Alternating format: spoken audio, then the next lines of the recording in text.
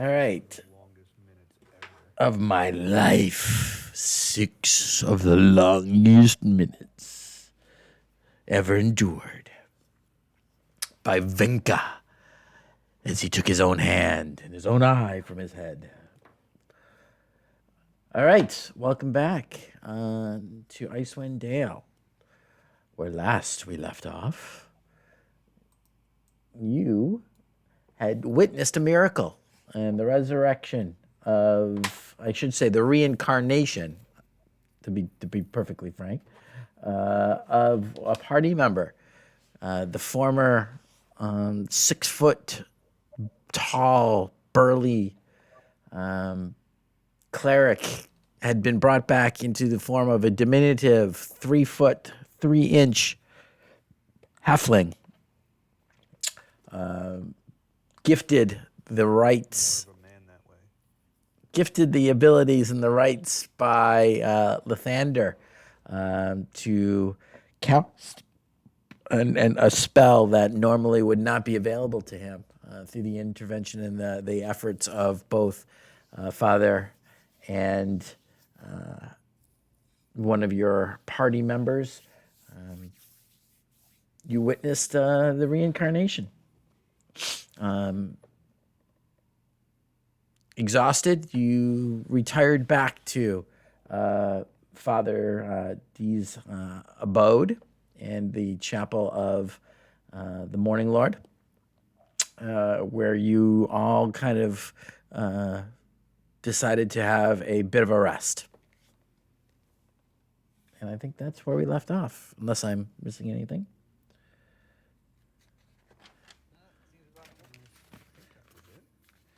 Yeah. So we'll pick it up as you enter back in. Father Dugan feels Father Dugan. You're in Dugan's Hole, not Father Dugan. Demetrius. Father Demetrius is exhausted from the effort of casting the spell and doing a ritual that normally is not available to priests of his type, but through the divine intervention was able to channel this energy. Though he's not used to it, it's taken a toll on him. He bids you to make yourselves at home. There, you know where everything is, and if you wouldn't mind playing hostess for me, I must to bed. I feel like I could sleep for a week. Same. Good night, Father Demetrius. Thank you. The Lord has truly blessed us this evening. And as he goes to go even into his thing, he bounces. He kind of like walks into the wall a little bit. You know, oh yes, oh, bless you, my daughter, and may the thunder's light shine on all of you. And he kind of stumbles in, already kind of asleep on his feet, with 2 levels of exhaustion. So I'm gonna be like, yeah, that's the bed stuff there, and some food stuff over there, and have any questions? And you did a Constitution save, right? About your level of exhaustion? Yeah, I thought so. Yeah. So it is morning time, and although you're very tired, you did not gain a level of exhaustion. So much like I was on Saturday after my vaccination shot, you just have that kind of foggy yet functional thing going on. You're not actually impaired by your lack of one night's sleep. You want to still rest though, because it was very exhausting day. Brit, I don't really want to go out anyway. very good. So I will be resting at the temple and doing some, I don't know, tidying, I guess, or whatever. Very good. Bryn, you, in the process of being resurrected, are brought back at full health, just so you know.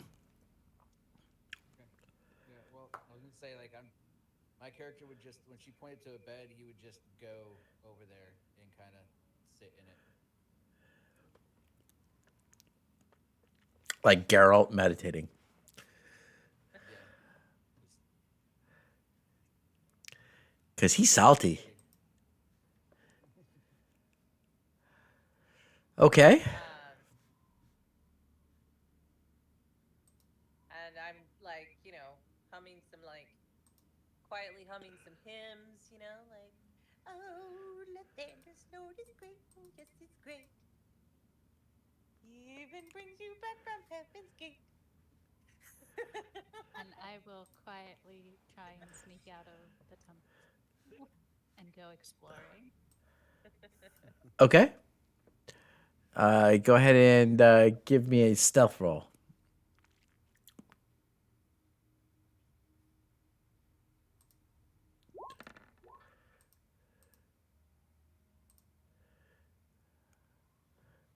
Right. 13. Okay. I see you. Yeah. Fayadness definitely kind of like no wine like sees you going as you kind of are exaggeratingly tiptoeing. Thinking that if you move slow enough that you're invisible, kind of pulling a Drax. Xylophone going with her feet. Okay. And Filbert, you also are going to leave without sneaking. I'm assuming you're just going to walk on out and Yeah, I'm just walking out. yeah, not carrying in the least. All right. So exiting out, it's still pretty dark. The rite of resurrection happened at what would have been dawn, so it is still quite dark outside. But you're kind of used to expecting that. You see that there are. You can't really see anybody moving about, but there are lights kind of coming from maybe off towards this way that you can see around the corner. There is a bit of light that you can see around the building, off towards the main area where you came in. I would like to head in that direction. Coming across around the corner of some of the smaller Dugan Hole buildings, none of them are very grandiose, but coming around the corner, you see that there are large lanterns in front of one building that seems to be significantly larger. And it has what you'd assume, judging by the smell and the black smoke coming off the top of them, are whale oil lanterns that have been lit and that keep burning, which allow for the spilling out of quite a bit of light in the front of this main building that you recognize that has been pointed out to you as the speaker's house.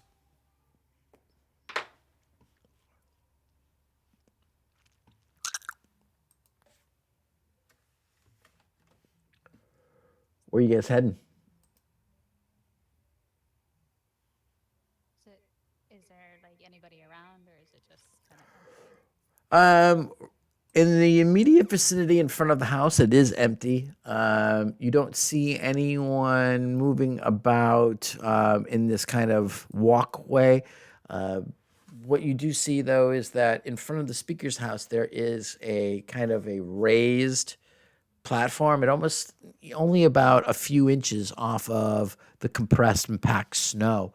But it appears to almost be like a dock, but a dock over the snow, forming an impressive walkway that then continues on and spreads out and follows around a long rectangular building, which also has some lights on this side, so that the entire of this dock on land type of boardwalk almost is all lit up, but you don't see anybody, um, in the immediate vicinity, Windsor. But you can certainly give me a perception roll, and we'll see if your little goblin senses don't really there's a lot of wind, a little bit of blowing wind that kind of makes it hard for you to hear or smell anything beyond what you can see by these whale oil lanterns.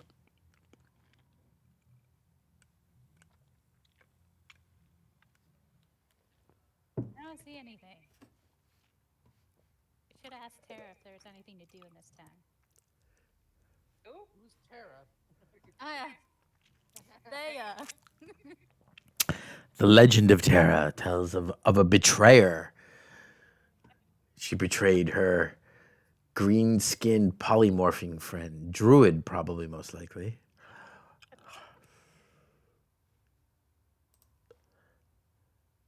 What the? It's weird that's everything's lit up, but no one's here. It's a waste of oil. It is. Did they tell Maybe us they're what this? inside the building. Did they tell us what this building was? I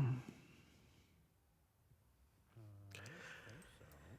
On your way past it, Mall. it was pointed out that was the speaker's house, and these lights were lit when the first time you came through here. Yes, so they tend to be perpetually shedding light along this main between these two larger buildings. Did we find out or ever told what the long building is? Let's go investigate. Okay. You lead the way, Chief. Excellent. This way, minion. I mean, friend.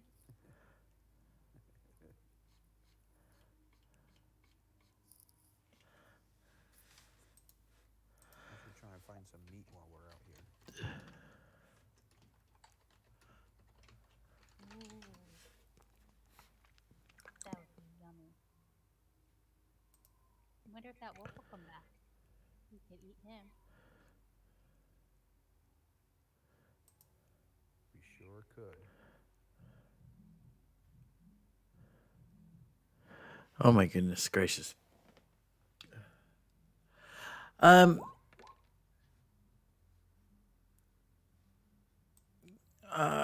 Since you're with her, go ahead and give me a perception just for the hell of it, Filbert.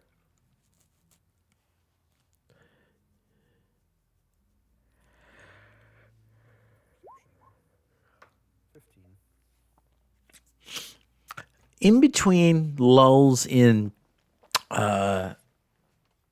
sounds from the wind and the blowing that are very much grown accustomed to with your time in the Dale, the building in front of you, you can hear occasionally the sounds of it almost sounds like heavy wooden things being dragged or banged, things being moved. You swear you could hear occasionally a kind of the muffled kind of almost like somebody raised voice, but very muffled as through distance, through perhaps it's in the inside. But there seems to be some, activity that you can actually make out of some sign in this long building.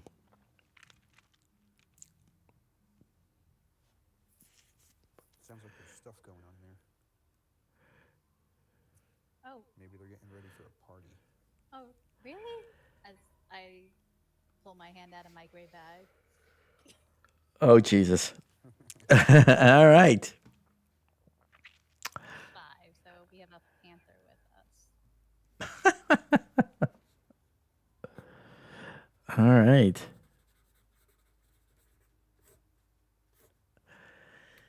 And do you name it?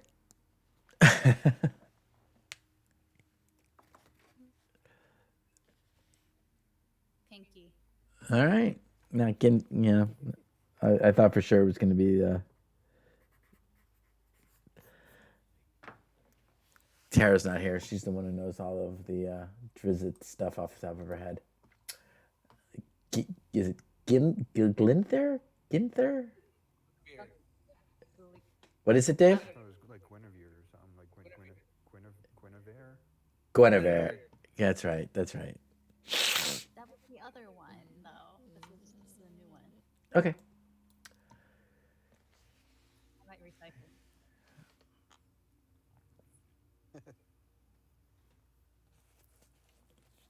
Okay, so now there is a halfling, a goblin, and dwarfing you both, a panther, slinking just behind you. Oh my god. Okay, let's go look. It's a Forgotten Realms tavern joke if there ever was one.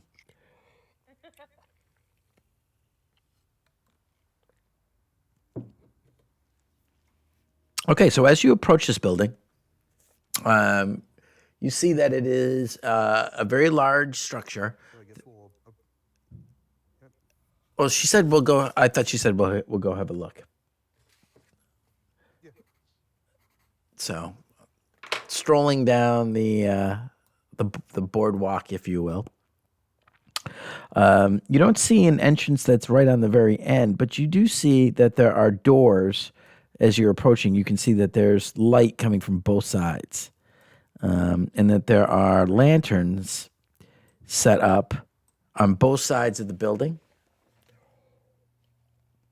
And the walkway continues all the way around it. And beyond, because of the light, you can see that it actually proceeds towards where docks that head out into the Red Waters. Do you have a preference if you proceed on this side or this side? Say the north or the south side of the building?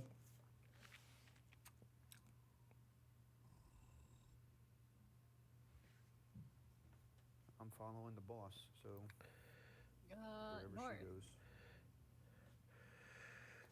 All right. So as you guys turn this corner, for the first time, you actually do see some people moving about. Out of the far door of the three doors that you can visibly see, each with a lantern above them, you see people coming in and out. Several people very bundled all up, but starting to move out towards the docks and out towards a couple of ships that you can actually make out because of the lights that they have now already rigged in their masts. You see them carrying out things like crates, one with a very large netting over his shoulder. But you see in the time that it takes you to kind of round the corner and move towards these doors, 4 or 5 individuals heavily bundled heading out towards 2 ships that you can still make out docked out on the dock at the end of the pier.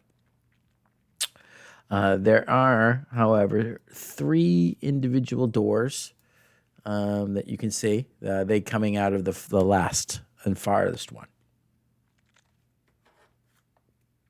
Are there any windows, or is it just doors?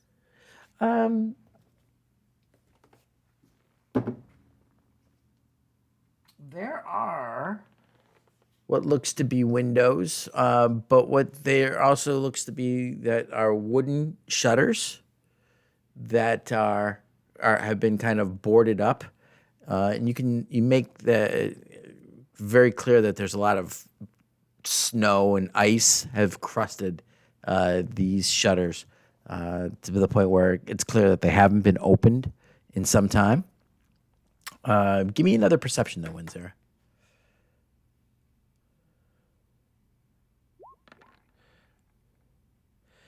So as you're looking at them though, and you can see that these heavy, shutters, even though that most of it's filled in with snow and ice, you can tell that they have actually been carved fairly fancifully.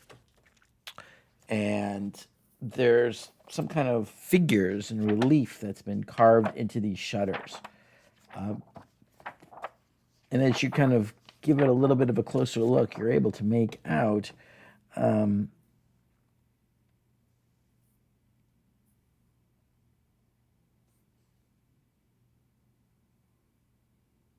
something, which I'm going to tell you about in just a second.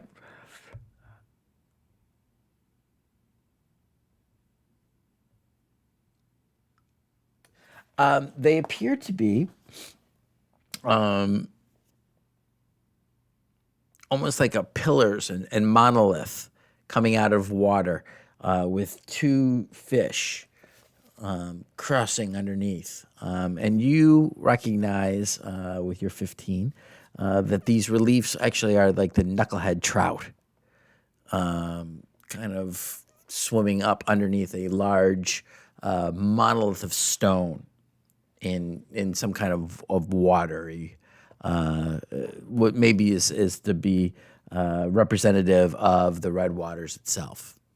And that is on both sides of these shutters that are blocking the main, what would have been a large window in between two doors. Pretty. And again, above each of these doors hangs out, suspended outward, a very large kind of bowl lantern that's spilling light as it kind of blows slightly in the wind, sheds light all around this area, making it actually quite bright in comparison to what you'd normally be used to.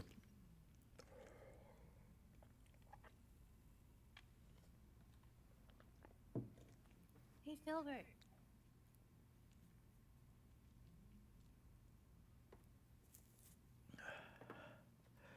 Filbert. Yes? Yes? Can you hear me? Am I talking? Yes, I can hear you now. Okay.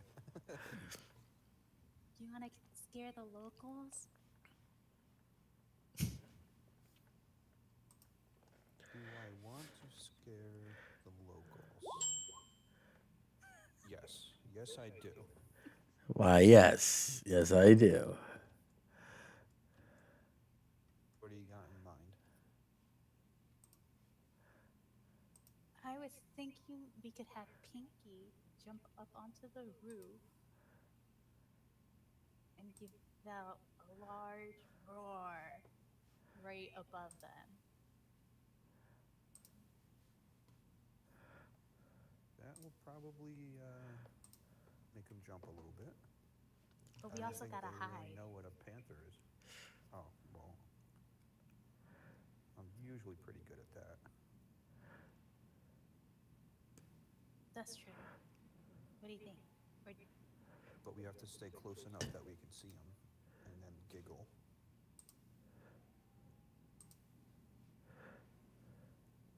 Maybe in between those two buildings over here. Looks like there's an alleyway there we can duck into.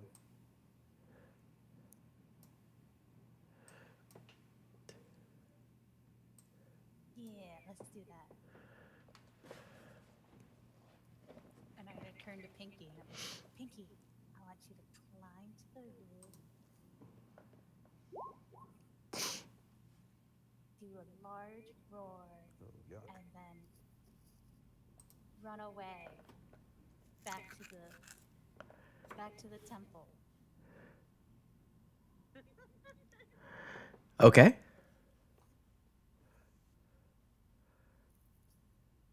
What happens when I leave you two on your own?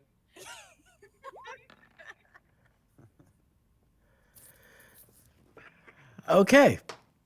So, your panther goes to leap up onto the roof, misjudges a little bit of the ice that is built up and the snow, which crumbles underneath its feet as it tries to leap upwards, and stumbles and winds up falling flat onto the ground in front of the door.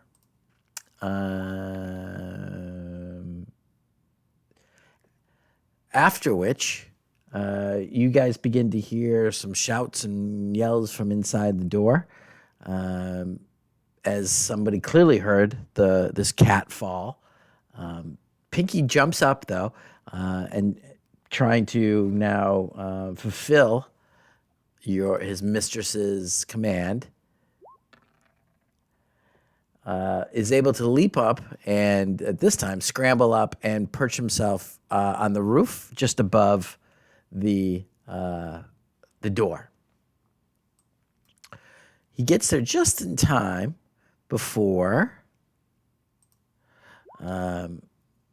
two individuals come out, burst out of that first door where Pinky is. They have weapons in their hands. One carries an axe and one carries a spear as they burst out forward and looking around. And they see you, Winzira. Philbert, your stealth was a 10. Yeah. Rolled a 2. And they just managed to catch your sight of you, however, and do see you. Kind of lurking. They go, as they do, they about to say something to you, and with a kind of seeing a goblin and a small halfling lurking in the dark, and just as they do, they hear a snarl from just above their head.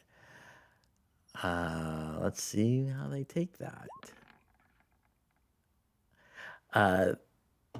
They let out a loud squeak and a squeal, and one of them drops his spear and rushes inside. The other also screams and flees backwards and back into the building. You guys hear a loud slam as the door slams shut, and even over the sound of the wind, you could hear a wooden bar kind of being slammed into place, sliding and slamming down on the door. I would like to run up to the door and be like, hey, there's a monster out here. Why did you leave us out here? Roll a persuasion.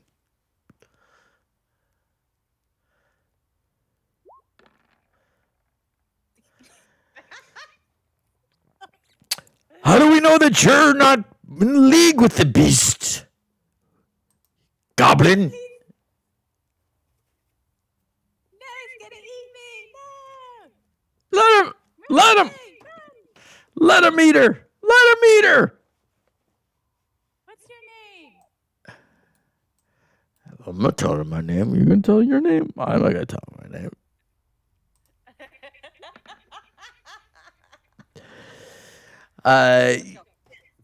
What's your passive perception? Winzira? 11. Okay. Yeah, so you're able to hear kind of, even over the wind and whatnot, because you're kind of right there engaged, you hear kind of a heavier footfalls, and you hear, who goes out there? My name, if you must know, is Captain Tarkana.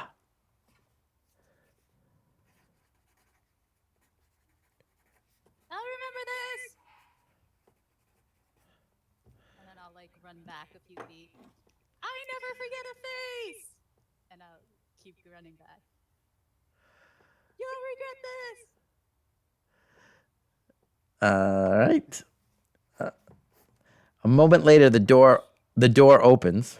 I slowly start following behind her, not running, just like moseying behind her. Okay. A moment later, the door does open, and a large human male, with only not even in full cold weather gear. You don't see. But you can make out a tabard of some sort on him, colored.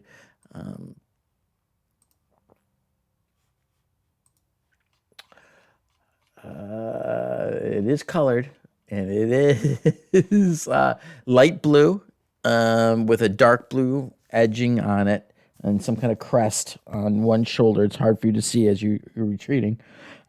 He carries a large sword in his hand. You can kind of see him peering around, and just behind him, you see two smaller individuals of some kind. It's hard to make them out, but you see two heads kind of looking out and around. Filbert, you can just make out one of them saying, "I'm telling you, there's a cat out there too. Some kind of monster."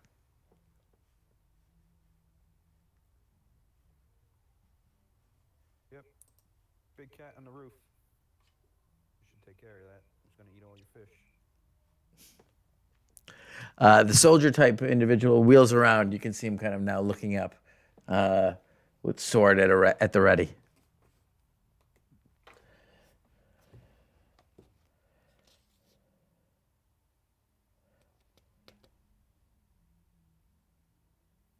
You see him? He's right up there.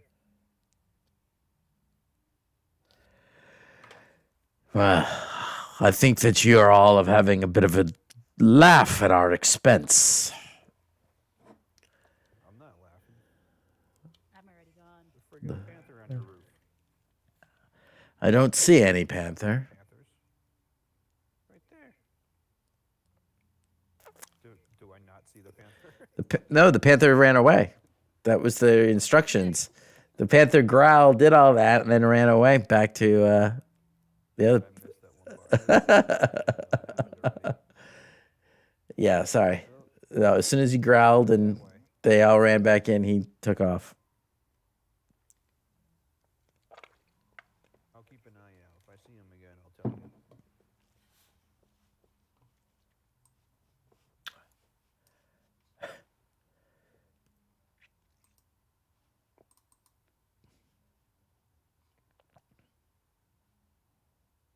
What are you guys doing inside? This is the town meeting hall. We are preparing for the day. Merchants setting up. Trade. Please, we're letting cold air come in. And I rushed out here without even preparing myself. If you would come in, I would ask you to sheathe your weapons and be respectful. And with that, he heads in and kind of walks in and closes the door behind him, just clearly to keep the cold out. Okay, bye. And I'll go back to the temple. Okay?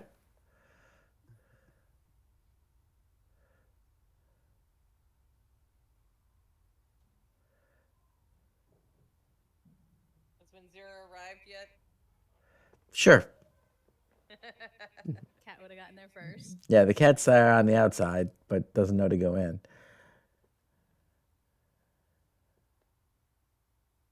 Pinky, you did good. Good boy, girl. I don't know. And I look under.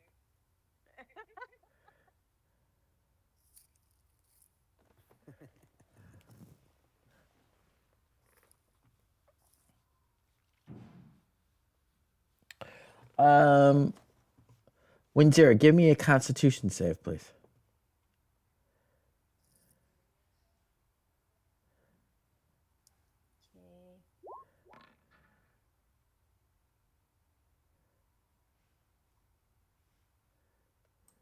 Okay. 10. You feel a pressure suddenly in your head, and almost a kind of a. At first, it's almost like a kind of the buzz of a bee that's in the room, but quickly builds and builds and buzzes and now your feels like your entire head is vibrating with this buzzing sound. It knocks you down to your knees. You take 2 points of psychic damage, and at the same time, you begin to hear.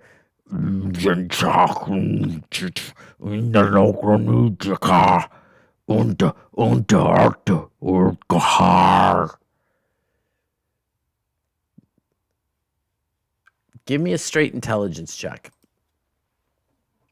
I still don't understand you. Wow. Wow is right. So, Green.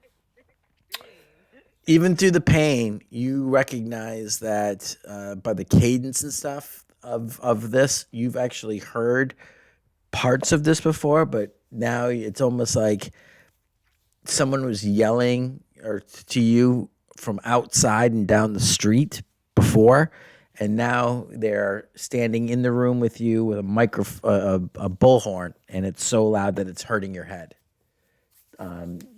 You still don't understand what these words are, but clearly something is yelling. There's some kind of message that you're actually getting so clear and loud now that it actually is hurting you.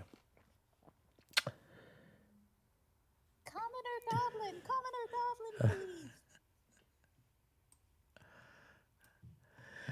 please. You don't get any kind of. You can respond to this message.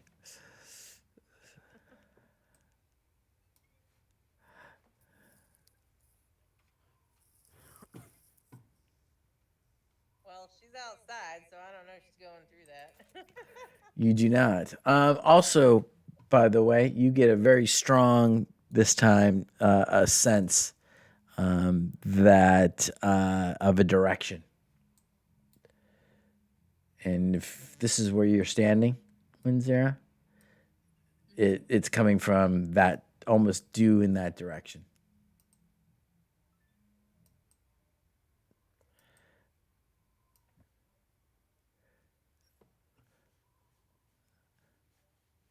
But you don't feel like it's right on top of you.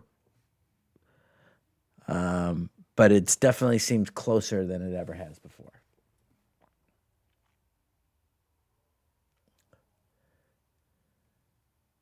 All right, thanks for the direction. Just, tone down the voice and learn some Goblin, please.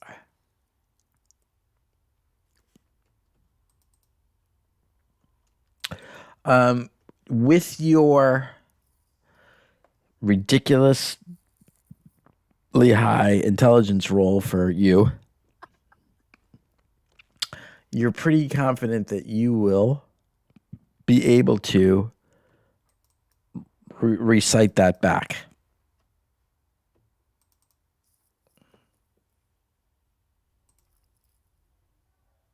I miss Henrik.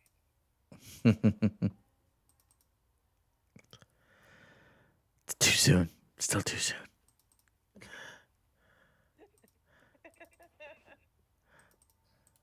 I'm gonna go inside and be like, guys!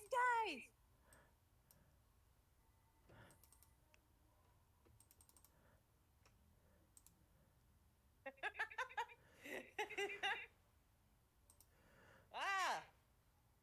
Yes? Have you ever heard? What?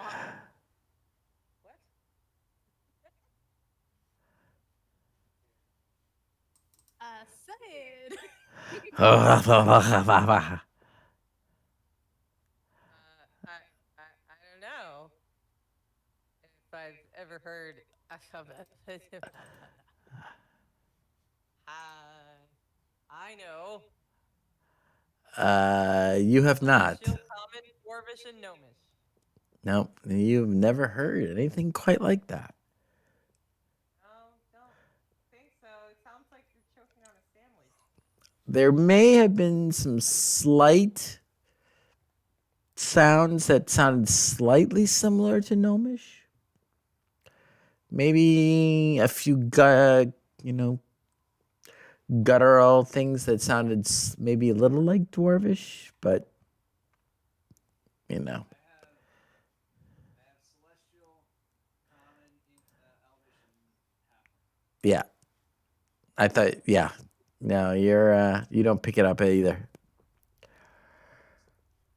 In fact, you are to you, Bryn, sounds like a bunch of guttural nonsense.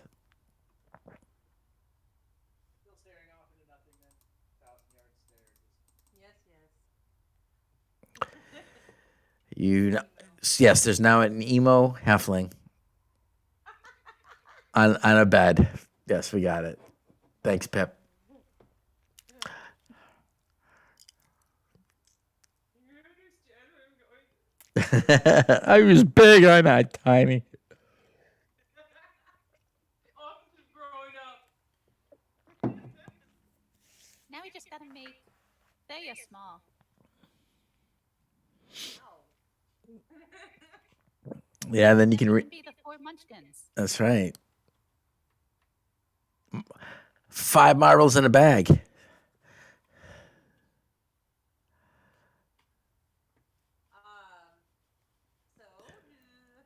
you all enjoy your trek around the town? It was boring. Yeah, Dugan's pretty boring. I want to go that way. And I'll point south. Well, I'm sure we can, but I need to rest before we trek out onto any other ventures. It was quite a lot of work to get the rest of us all out alive. And then to bring Mr. Grumps over there back. He doesn't look too happy. he doesn't look angry. He's very confused and doesn't know. He's emo. You're the goth kid. You're the goth kid sitting at the retreat. I gotcha. We follow.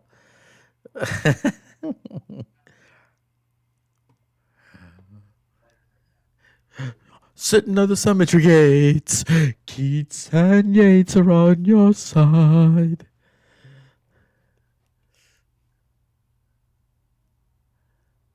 No. No, not allowed.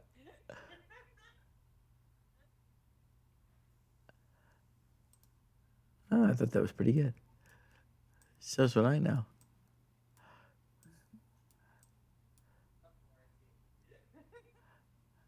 Well, that was a Smith. That was a Smith. So I mean, fuck Phil Collins, but you can put Genesis on. We need to make money.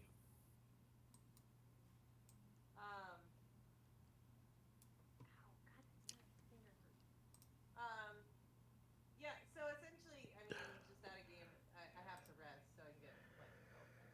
So I'm not going to want to go anywhere until Thea is able to do that. So she's just going to putter around the temple, etc. until that time. So up to you guys what you want to do. But, I mean, I blew my load. So, ready to rest. I will probably spend the day then running around town, repeating to everybody. Be like, do you know what this means? Do you know what this means? Okay. Generally being annoying. I'm also And- gonna. Oh, go ahead. And hugging every third person. As you do. Yep. So as you start to go around, you occasionally see some people out in the street. They point you back towards that big building, Windsor, as the best place to actually see people.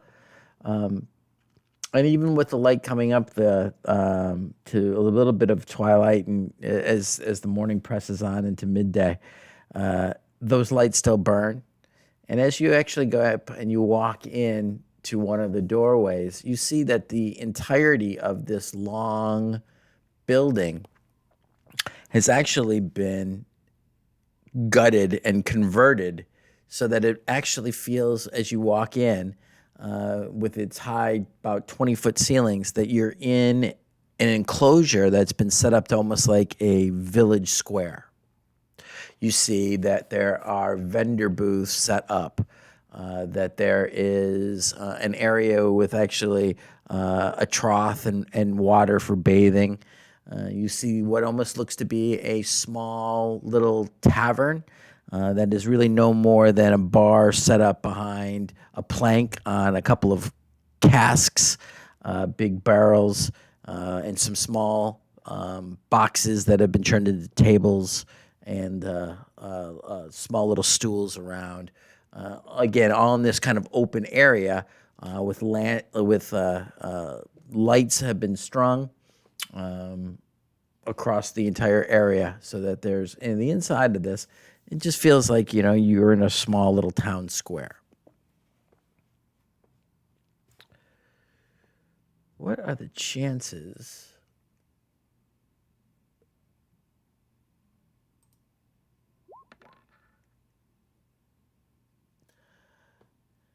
Actually, let me do it this way. Windsor, roll for me a percentage die, if you would, please.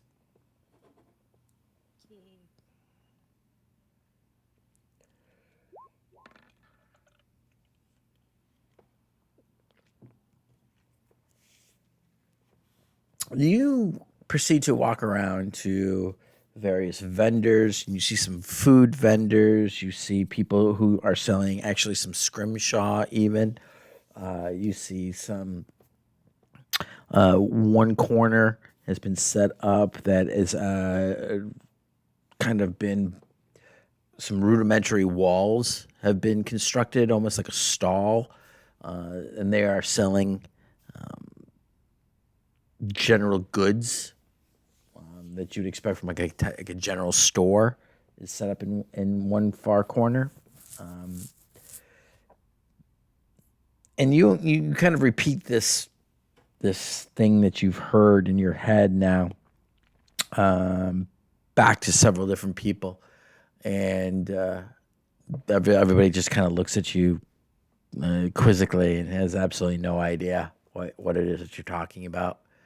And you spend the better part of an hour doing that.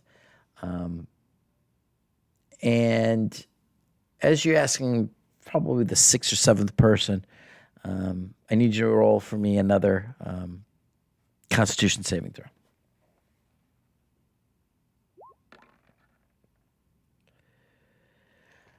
12. Yeah, so you take another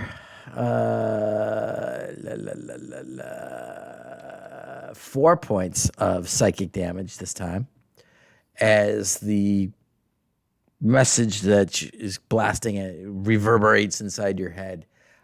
This time, actually making you feel sick to your stomach as you drop to your knees and almost throw up on the ground. You see some disdain from the little shopkeeper who's running this little tiny booth that you're crumble in front of. As she looks at you, she's like, "Yeah, if you're going to make a big mess, then please don't do it here. I don't want to clean up after you. Now, moving on." I'm gonna hug her and wipe my mouth on her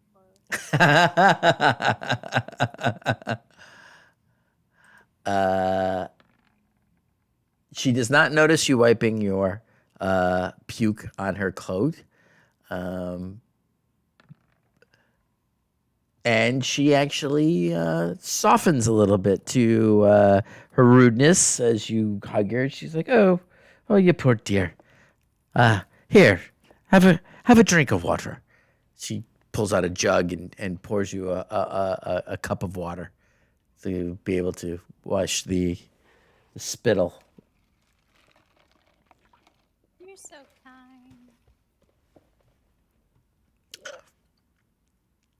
kind. But you heard that exact same phrase now that you've been mentioning. You realize that you might have been mispronouncing a couple of things as this now is again blasted into your head.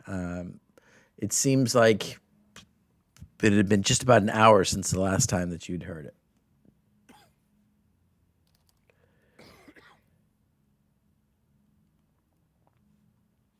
Are you gonna keep up asking around? Yeah, Tara says there are only like 20 people in this town. 50.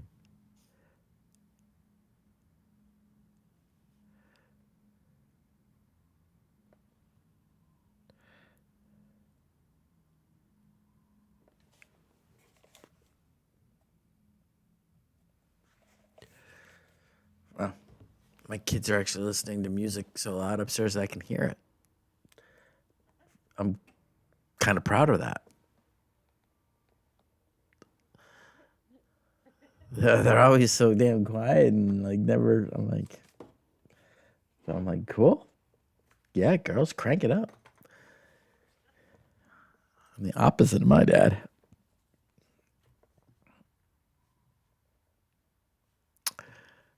What are you doing, Filbert?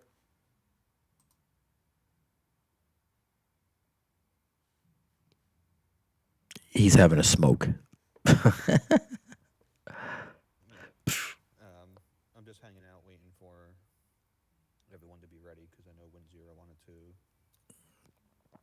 go southerly.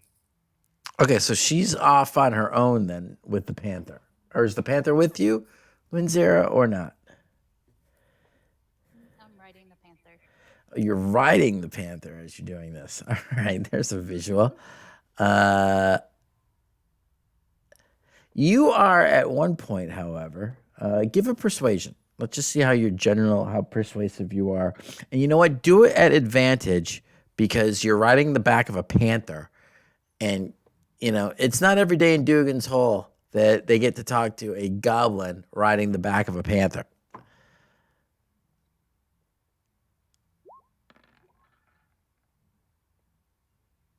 All right, 16. That is good enough. Listen, Lassie, you're an entertaining little thing, I'll tell you that. But you almost seem to sound like old Tark, the old gnome who works the fishing boat out on the South Dock. It's the larger trawler. They should still be around over there. Maybe go ask him. I've heard his accent is kind of all those gargling, grinding noises that you're making sounding like rocks being smashed together. Maybe he might be able to help you out. Thank you. And I just wave like a queen wave. Yeah, you all are seeing this, right? It's not just me, right? I know that we hit those spirits a bit hard last night.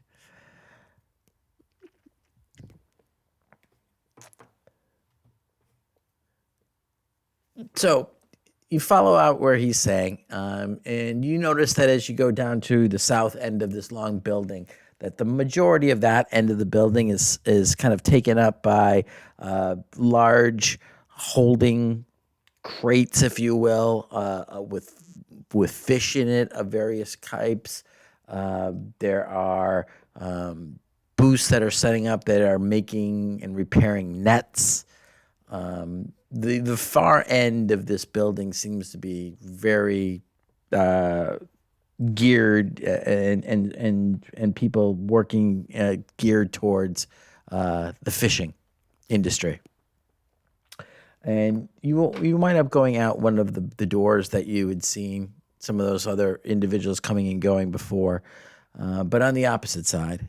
And as you go pad down your, is it pinky? Pinky pads down the pinky pads. Is it Pinkie Pie something? Is that like a My Little Pony thing? Pinky pads down the dock. You see there's two different boats that have come in and they're unloading them. Fish are being brought off in wheelbarrows and whatnot. And you see a couple people, several people passing you. But as you proceed down, you see up on the deck several different people.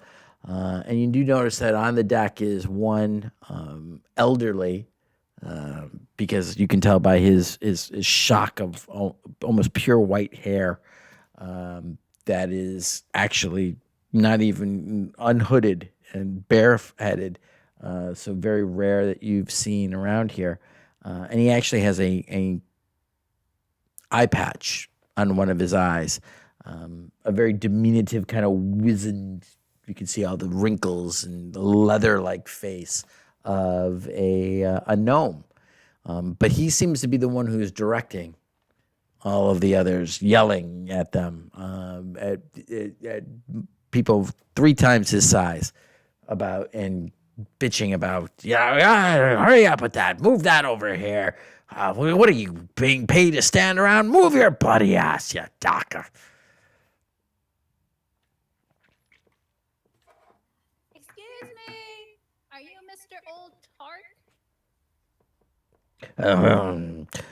Well, who's asking? First of all, and second of all, it's a bit rude, don't you think? Old. I'm just Tark.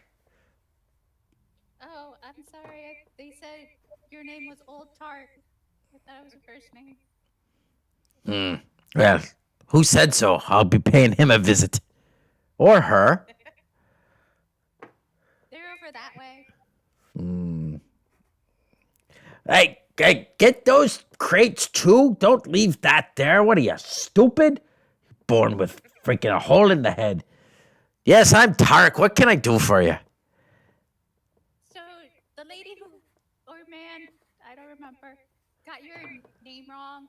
Was like told me to come to you. 'Cause what I'm saying. Do you know what this thingy means? Blah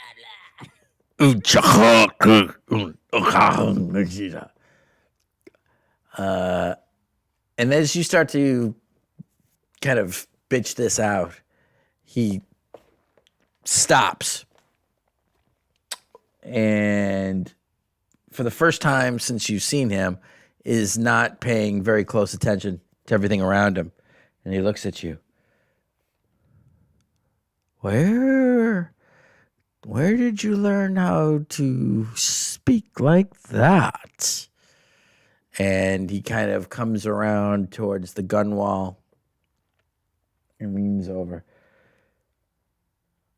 So a goblin girl riding a panther strolls up with the deep speech on her lips. 'Tis end times for sure. Say it again. It's been a while since I've heard that particular tongue. Sure. It's blah blah blah blah. He looks over at one of what looks to be almost a huge individual, but very well built up. Car, take over here. I'll be back in a minute.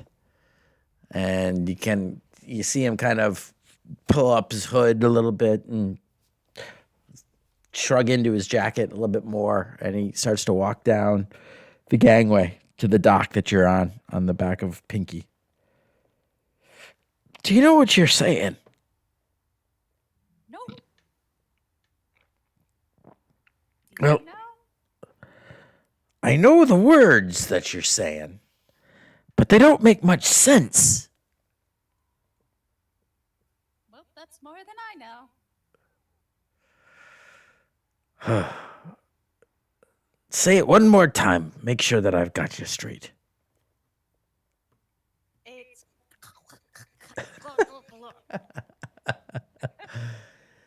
Well, it don't make much sense to me, but it sounds like you're saying the following.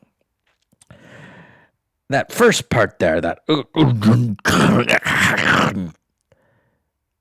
be nautiloid down, which makes no sense to me at all.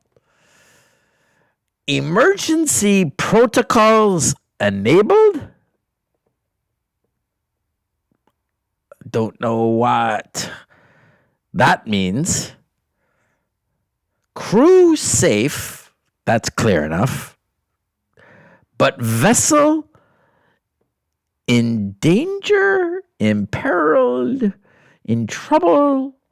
I'm not quite sure what that part means, or which. But that's the gist of it.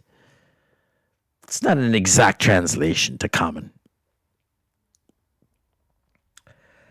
Some kind of crystal needed. Come at once. That part's clear enough.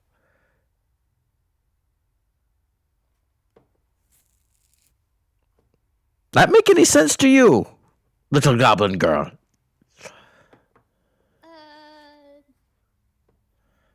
No.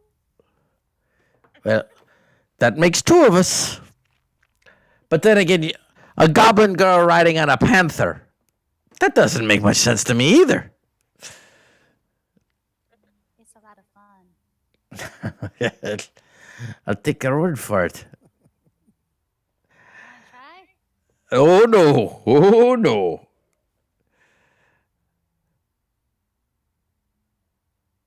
The dirty tuna there that you see, that be my only vessel that I ride upon, young lady.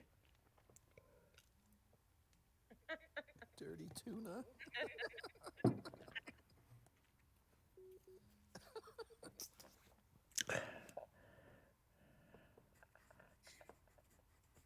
He says the only one he's riding.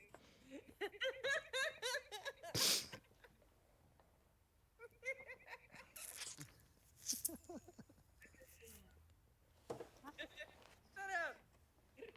up. I didn't say anything. Thank you so much for, it's just been yelling in my ear for like ever now, it seems. And I still don't know what it means, but at least they're words.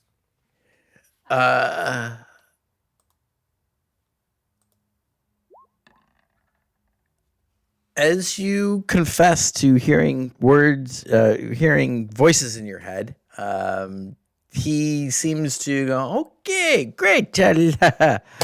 Best of luck to you, and starts to push away further and taking steps backwards back up the gun wall, back onto the dirty tuna. Best, yes, best of luck. On your way now. Good luck. Nice kitty. Good kitty. Take care now. And hey, John, get that crate over here. What kind of stupidity? And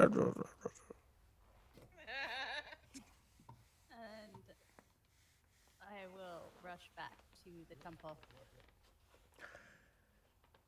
Okay. As you get back to the temple, you guys have been. That took you probably 4 hours. Bryn is still staring off into space, muttering to himself about cemetery gates and Keats and Yeats and all these things. Thea is snoring loudly, though she keeps denying that she doesn't snore. And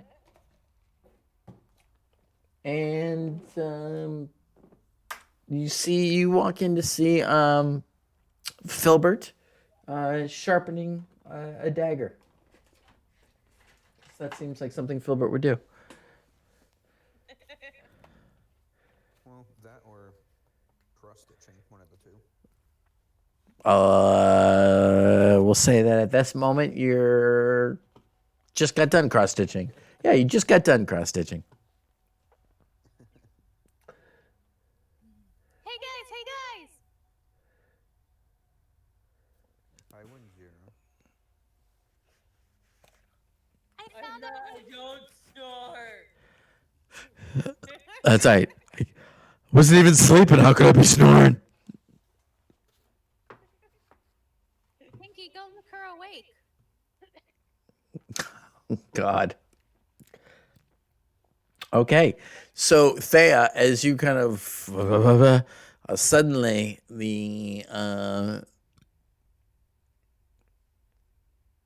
a tongue, roughly the size of a small salmon, drags up your face as this large panther, now standing above you, is licking your face with big slobbering, rough sandpaper. Drags up the side of your, like, to the point where it lifts your cheek up, and your lip snaps back with a loud. Ah! Ah! What? I told her I needed to get some sleep. What? Why is there a cat in the temple? What is this? The cat is the size of a small horse, and strangely though, its breath smelled of nutmeg. Very strange. Very strange. No, that was the ship, and it was dirty tuna, by the way. Oh yeah, sorry. The dirty tuna. I know what the words mean. As you say that, roll for me a Constitution save.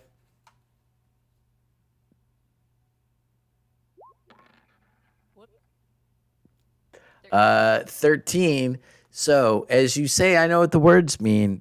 Again, you get pummeled with the vibration starts, and then the bellowing in your head. You are knocked to your knees as you grab hold of the side of your ears and try to hold it out. But you take 2 points of psychic damage. I rushed to her because I haven't seen this. What is happening with Zero? Are you okay? I heard you the first 10 times. Goblin or common? Goblin or common? Gilbert, what did you do? I made this lovely cross stitch of Lathander. And it's just literally one tiny X in the middle of the cross stitching and nothing else.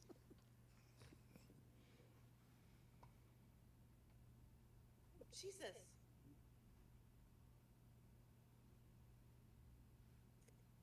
Everything went dark. What's going on with Zira? We gotta go. There are people in danger. What? And they're communicating to you in your head? Yeah, they've gotten really loud. Really loud. These past few hours. But they're hurting you. I would really like them not to. When can we go south? What is... Soon. I figured we would leave the next morning. Next morning is soon.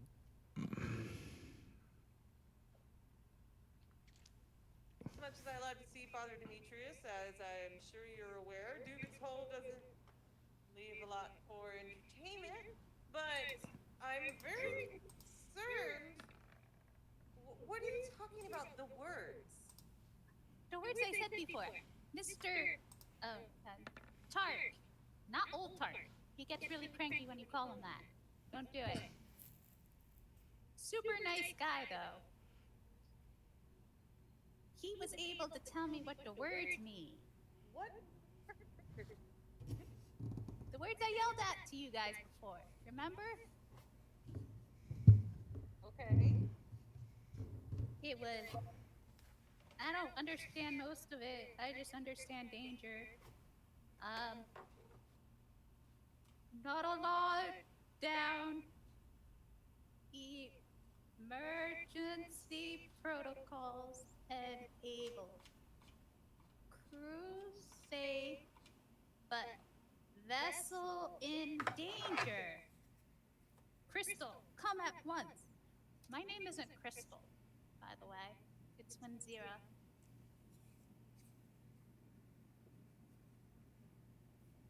I know. Crystal, huh? Yeah, I don't know why he called me Crystal. Well, what about that crystal? The glowy crystal. What glowy crystal? The one under our house? Do you still have that? Wasn't that the one that we thought we tried to get? Or there's the other crystal too. There's so many crystals. We've got the one that was from Douche McBaggins, Icewind. Sorry, Necklace crystal. I'd never heard that one before. That was a pretty good one. That was a good one. Yeah, that's going in the rotation.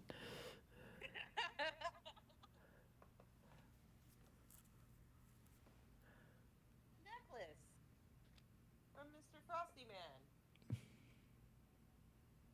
The black shard one? Yes.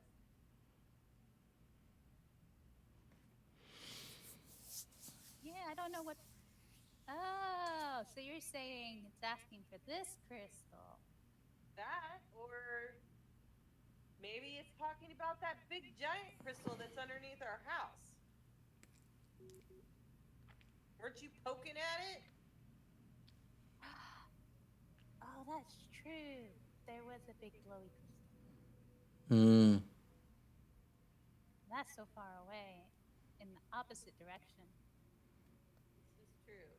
Maybe we should go ask and see if they want that crystal or this one. Don't think any voice that's screaming in your head and causing you pain is somebody that is going to be friendly when we show up. I Why? mean, Do you only feel a draw to go to this simply because it's screaming in your head? yes. It sounds like they need help.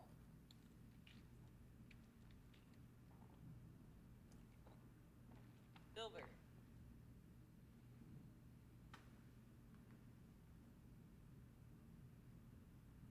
Thoughts? I think you're muted, Yes. maybe. Oh, there you are. Can you hear me? Good? Yeah, yeah, yeah, Yes, yeah, you are. yeah. Okay. Thoughts, huh?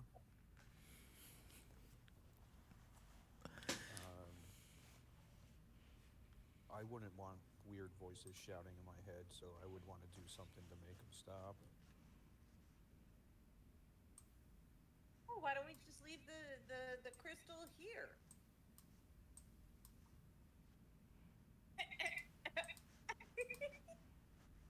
Do you want to leave the crystal here, Windzira? It'll be safe with Father Demetrius, and I suppose as long as he doesn't hold it on his person, and maybe it won't scream in his head. Maybe it will anyway. But what if the people aren't safe anymore and they die? Aren't we supposed to help people?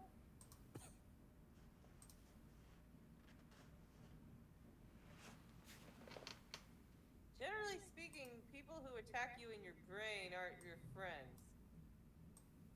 He's just overly excited. Says the woman who praises the god who speaks in her head. That's not attacking. That makes Well, me fall on the ground. it all depends how loud he was. True.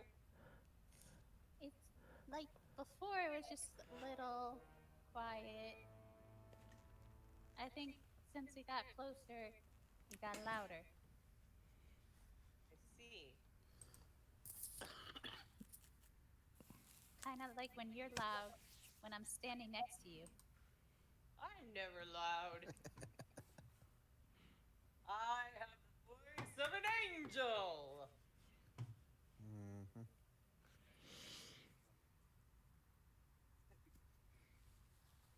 So we go tomorrow? Oh, maybe they have gold too. You say they I have a hope so. ship.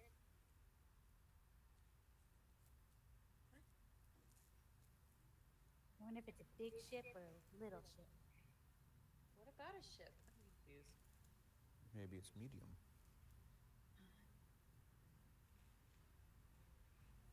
So, since I'm awake, and I see that apparently Bryn has not slept at all, um, I'm gonna go over to him and yes, we'll go in the morning, I suppose. You still need to get some sleep. I am very cautious about this entire thing, but sure, let's follow the evil crystal that gives you horrible headaches and see where it leads. That's all I'm asking. Sounds like a great. Seems reasonable. Totally. We walked into a den with the mammoth that killed our friend, and it's sure. He got better. You did. You just don't walk into places. How are you feeling, Bryn? You seem a bit off. Thought I'd give you your space. Nobody's gonna be able to hear you, John. You're gonna have to. I don't know. I feel like this is not my body. I feel like this is not my life anymore. I don't know. I have questions. Too many questions. Is it because the god of light is the one that saved you? No, it's because the god of light made me not me.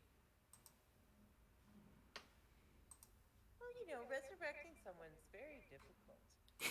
Father Demetrius, I'm sure, didn't mean to bring you back as a halfling. But halflings aren't so bad. Look at Filbert, he's a great guy. Yes, he is. Very good at things.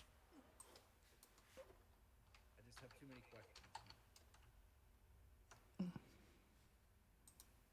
Okay. So do you want to follow Evil Crystal that gives Rinzira headaches?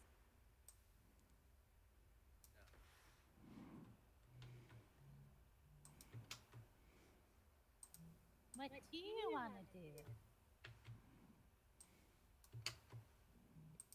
I think I need to go back to my temple. That's what I think I need to do. Well, if that's the path that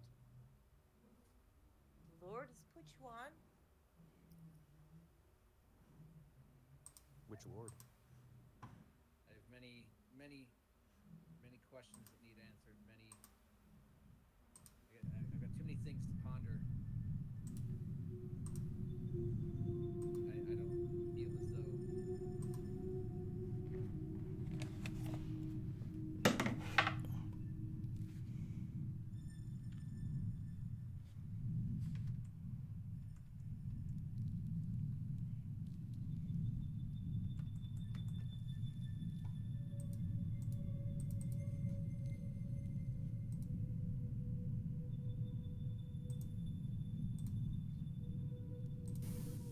No, I don't think I can. I don't feel right. I don't know that I can even.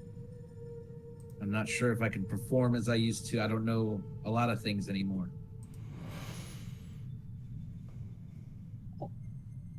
Only one way to find out.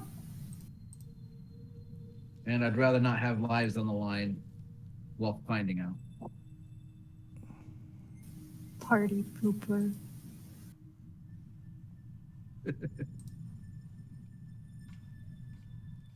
So I believe in the morning, I plan to head back to Bryn Shander.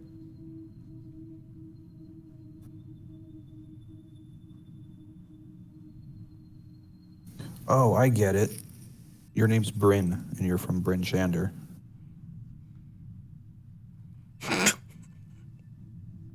It makes sense now. Yes.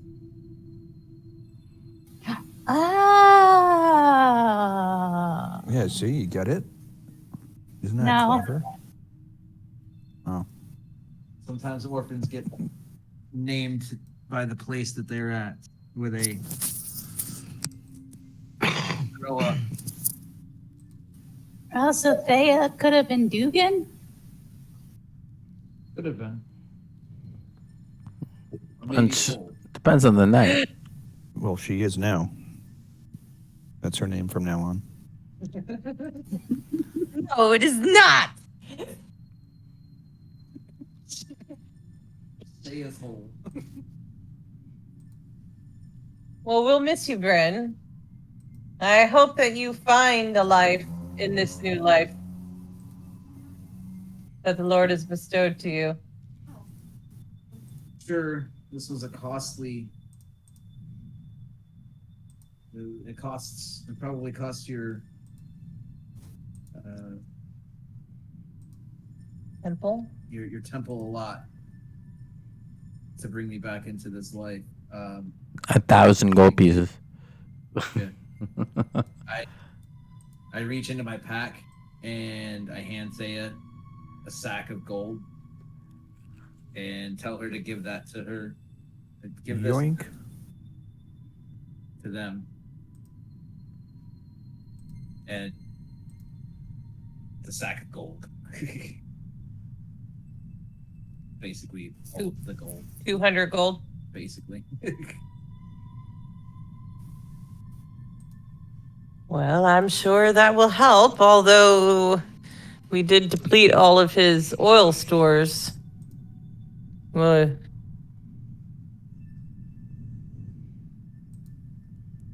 Don't let the wolves eat you. I will try not. yes, I wouldn't go the same direction that the wolves did. No, I'll. Harboring a secret for too long can be detrimental to one's health. That was the I showed you guys that a long time ago, and it reset when that whole reset thing went. So I was just resharing it, so you had it in there. That was the thing that popped out of the Slot. guy's chest. Yeah. So, Yeah.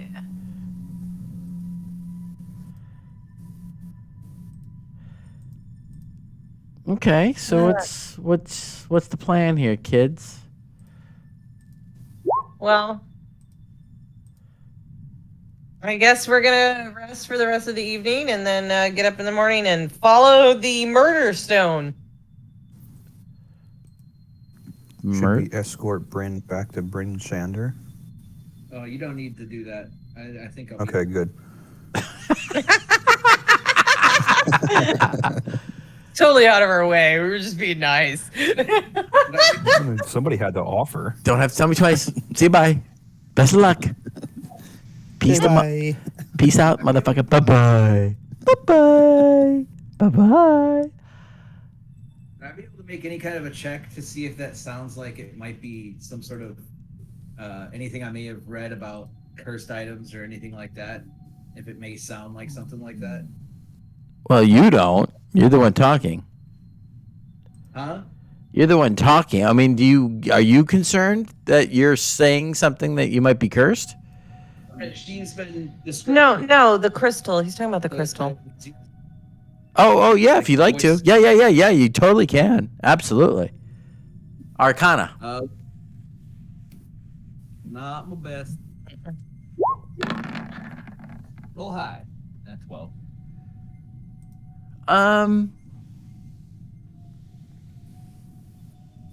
You do know that there are such things as cursed items that can, alter and change a person's behavior, that can mislead them. But you can't be certain that this is anything like that. You don't recall anything ever specifically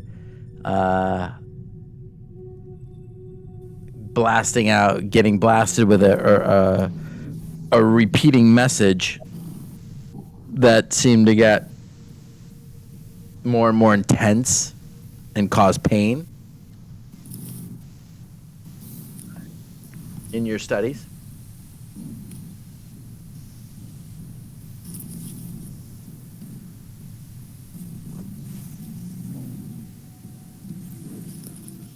Did these did these messages start coming after you picked up an item and focused on it?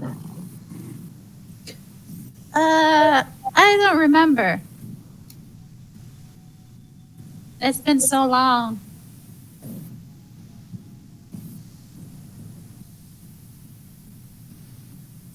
Okay.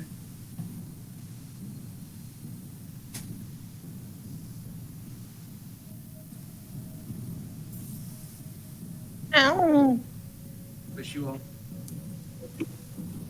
everyone is safe. We wish you all the best as well, Bryn. I truly mean what I say. I do hope that the gift that of life that you've been given turns out to be something that you want to live.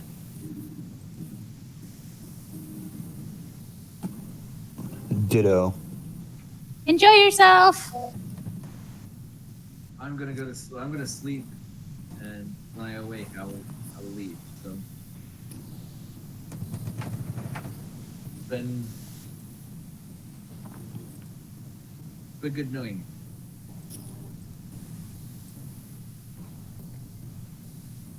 you. You as well. All right. Is anybody else doing anything as they take the rest of the afternoon or into the evening and having a rest? Sarah, can I see which stone do you think is the buzzy one? This black one? Here, why don't you put them both on the ground? Maybe I can poke at them.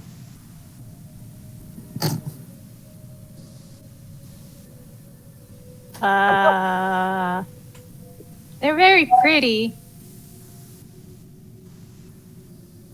I would like to investigate. Well, first of all, are you actually pulling them both out? Win zero. The black crystal. She's Mhm. talking about the other one at home, so I don't have that one. Right. So you pull out the black crystal shard amulet. Yeah. Okay.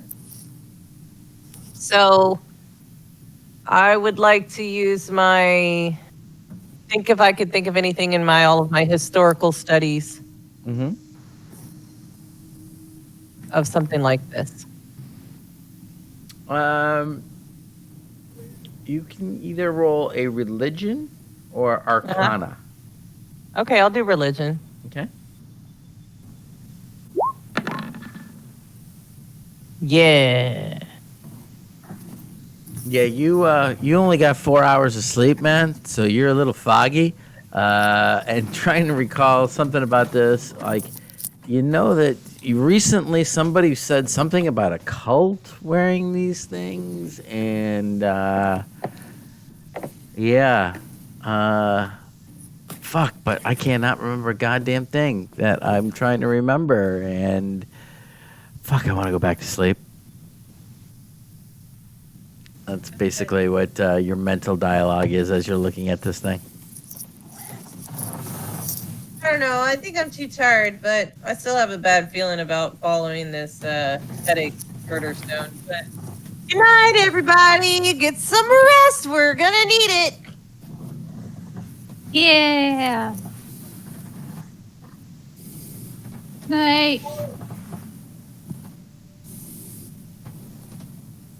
All right, so you guys Right. retire for the evening. You prepare a meal. Father Demetrius is out to the world, so you kind of make use of his kitchen, and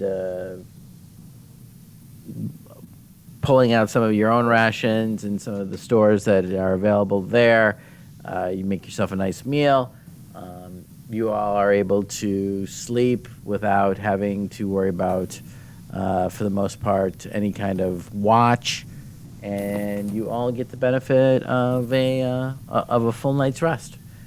Sometime in the middle of the night, unbeknownst when it was, Bryn had packed up his things and slipped out unnoticed. There's just a general, as you wake up in the morning and it's a little bit quieter than normal, there's just a general smell of peace the fuck out that hangs in the air.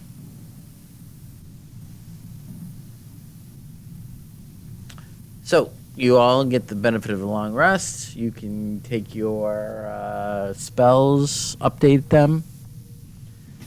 And the three of you wake to Father Demetrius kind of puttering around in his little kitchen area near his hearth as he is preparing tea. As you all begin to open your eyes, excuse me, I didn't mean to wake you. I thought a cup of tea, though, first thing in the morning is always well and welcome. Although it seems that there's only 3 now, where there was once 4. Where is the God touch to be brought back from beyond? Unfortunately, I think his new form was something he was having trouble dealing with. And as sad as that makes me, we had to let him go back to his temple to find his peace.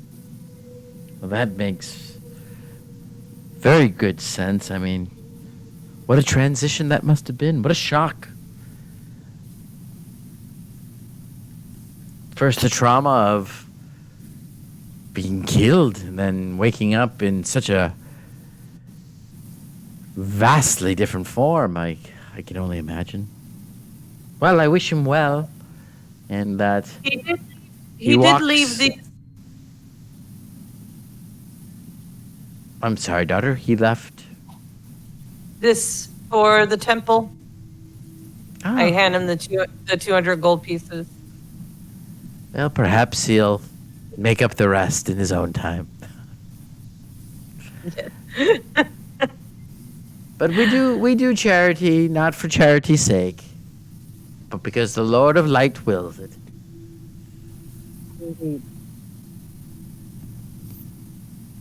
So, tea? Anyone? Yes. Me. Yes, please. He puts out the thing of tea. He puts out some kind of bread that he had been warming by the hearth.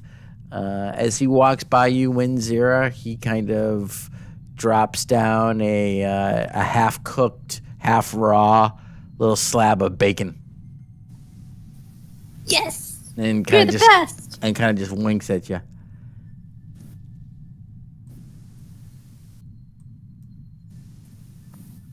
Saying you have So, the best dad. what are the plans?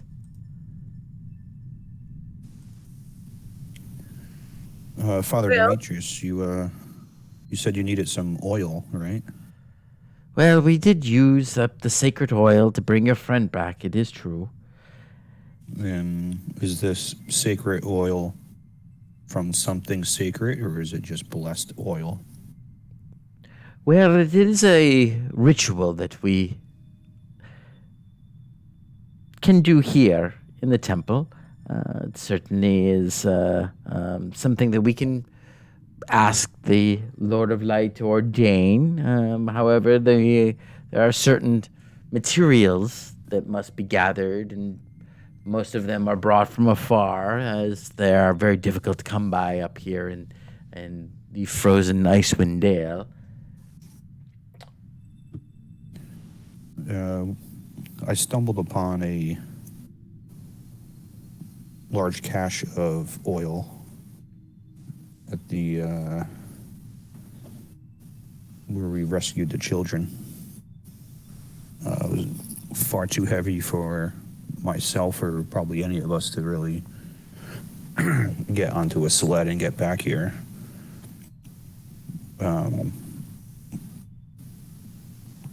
Just thought maybe you guys could use it if you had a way of getting it.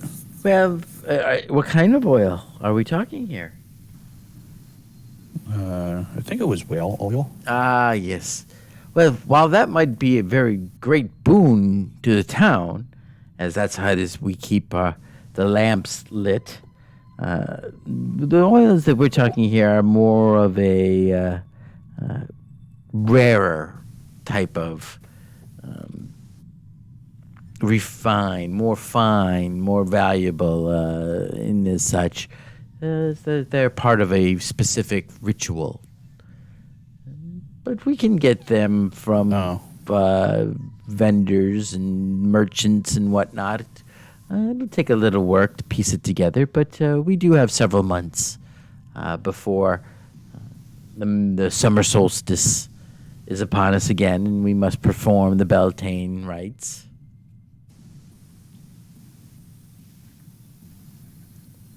Certainly, Okay. this pouch here of coin will go quite a ways to purchasing what we need. Certainly, a little bit more would be greatly appreciated if your friend were to provide. So I guess our next step, Father Demetrius, is our dear friend Winzira here is being accosted by voices and headaches. She says it is telling her that we must go to it. I think this is folly, but I don't know of any other way to make it stop. Something to do with a crystal. The only crystal I can think of that she carries is this dark shard. Winzera, roll for me a con save for while you were trying to sleep. Okay. I keep. Oh, That's all right. That'll enable you to sleep through without waking up in pain. Though you did dream that this though you were at a big table full of raw meat that you were happily chowing into with beakers of wine all around. Suddenly, some kind of like intercom sounding thing in the background was broadcasting that message again. And you just kind of were just annoyed that it was spoiling your wonderful meal of red wine and raw meat. I'm eating here. Hush. So as you woke up and this conversation about you is going on, roll for me a secondary one as you now are awake.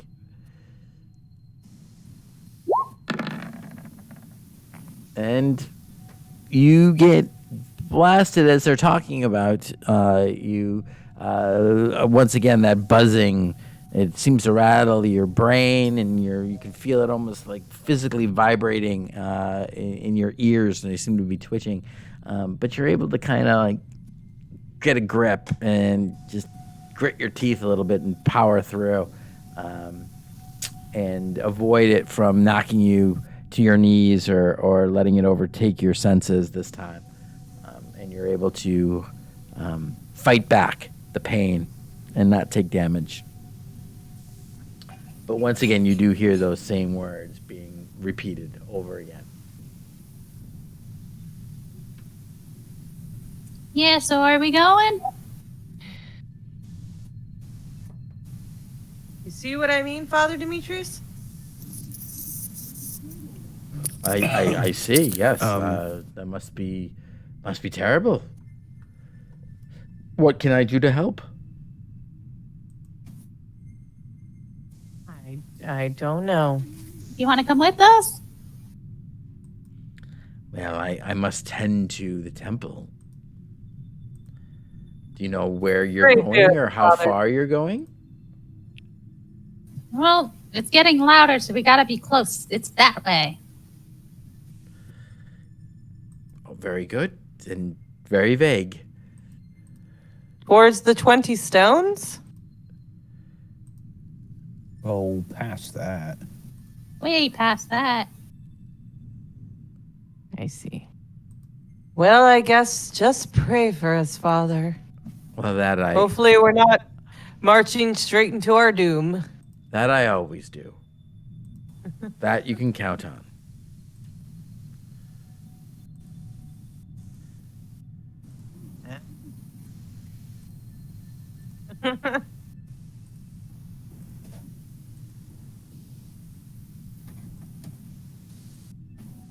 Accidental attracts friend. All right. All these got erased. You might as well have them back. All right, let's do this. Can we take 5 minutes here for bio break, and we'll pick it right back up. All right. We'll go Sounds short. good. We'll go short tonight. Okay. Just because I gotta go.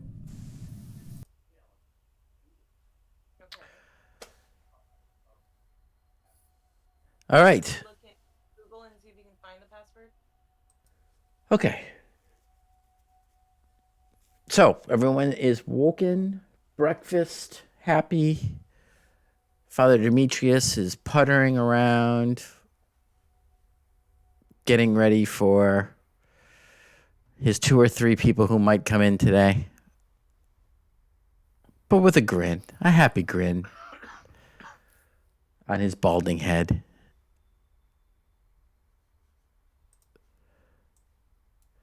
So what are you doing, kids? We're following Wind Zero, apparently. We're going to get our dogs and saddle up. Yeah, what are we doing about that? Who's are you gonna drive the sled? And... I'm driving the. Ooh.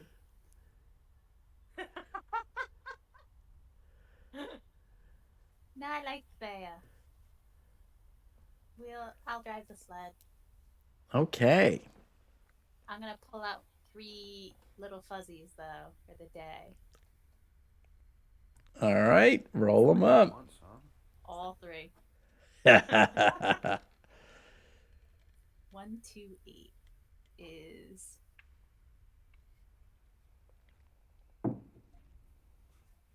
a weasel, a giant rat, and a giant elk. All right. Holy shit.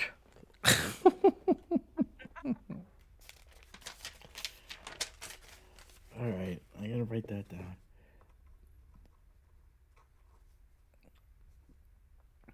All right. So the weasel is kind of a dark gray, as it's this gray poof kind of slightly darkens, and then it begins to uncurl, and it almost opens up like some kind of snail, and it elongates, and suddenly there is a dark gray weasel shivering in the cold, and it sees you. You can see it kind of twitching its nose up at you, and it scurries up on you and Zira, and kind of wraps itself around your neck like a stole.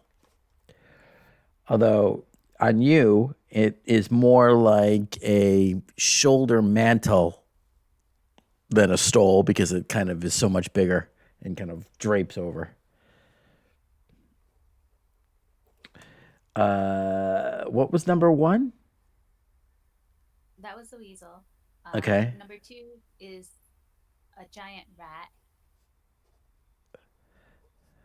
Yeah, we'll get to that. And then a giant elk. Jesus Christ. Huge creature too. It is massive. Absolutely massive.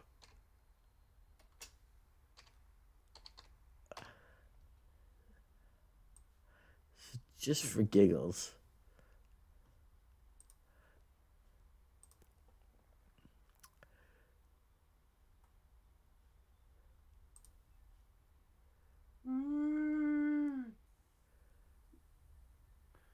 So it is a huge creature, weighing.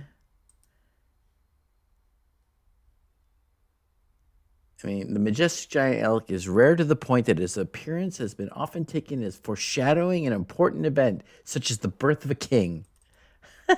I mean, we're talking.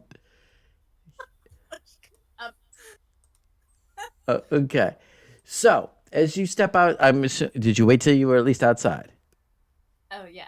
Okay, so dwarfing the entire party now is a huge creature, the giant elk.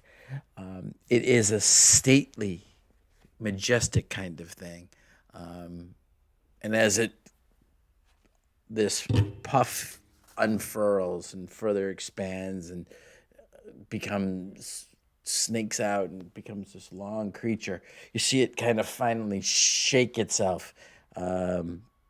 Of the last of this gray material kind of almost shakes off of it and twinkles a little bit in the air. And it just kind of stretches its neck down one way and the other, and it takes in you and then your party. It lets out a deep snort out of its two not flaring nostrils, and then it inclines one leg and slightly bows, dips these massive horns and these antlers down. Each one of them, by the way, is the size of maybe four of you. Dips it and then kind of stands at attention just in front of the dogs on your sleigh. That Does is it seem so even- amazing. Does this thing even fit in the alleyways? It does. Not all of them. Not all of them, but there are the larger spaces between the buildings. Yes, it would actually. The giant rat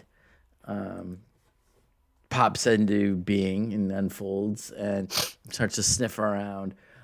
This looking like you're just a normal rat, except bigger. It is roughly the size of a house cat. It shies away from the dogs, who immediately start to try to yap and attack at it.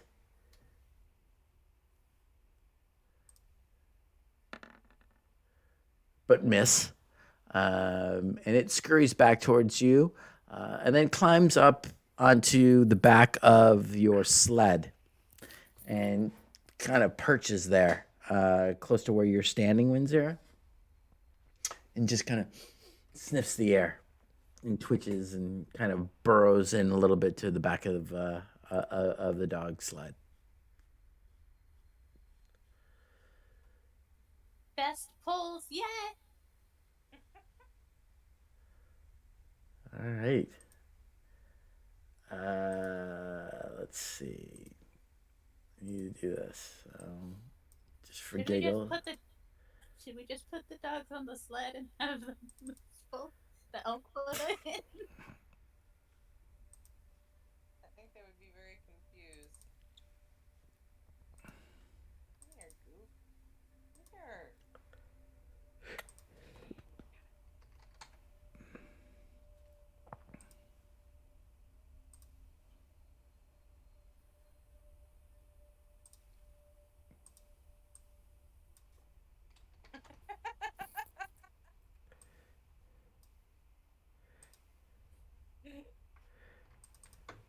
That was Windsor's giant rat. Just about.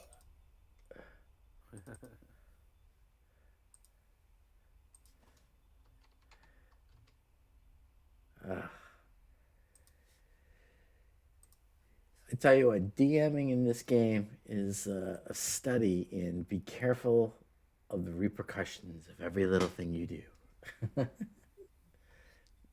You're Because welcome. you wind up role playing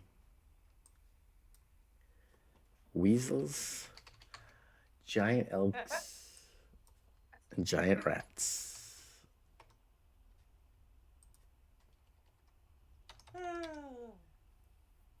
Well, I mean, I'm sure it wasn't originally your intention for the bag to fall into Windsor's hands.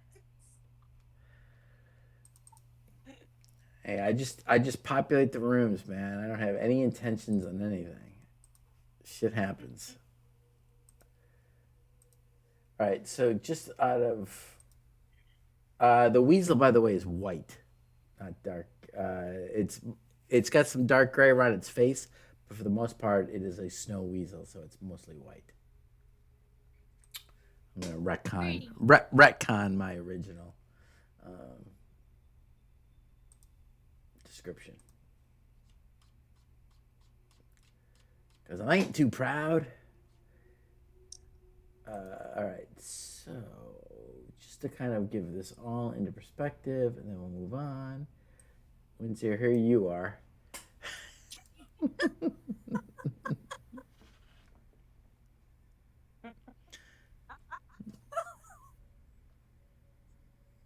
Okay, great.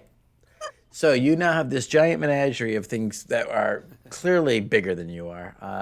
The weasel, it probably weighs almost as much as you do, uh, but because it moves with you and it's very a dexterous kind of creature, you're not burdened by its weight. Um, it's not like dead weight.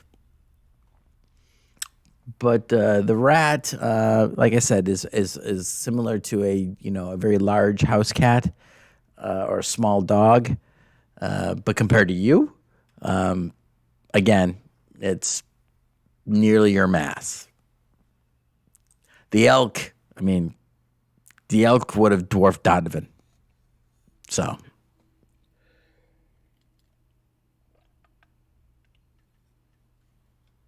All right. right, I'm ready now. onward, onward and upward. Okay.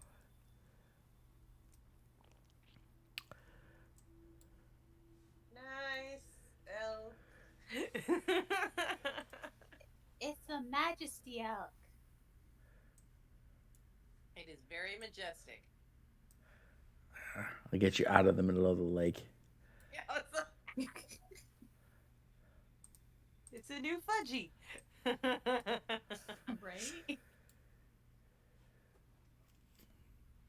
Okay, so you start to head out through, getting ready and whatnot, and bundling all this up and pulling and, talking with these animals. It has been a little bit over an hour, so if you could, Minzera, please give me a Constitution save.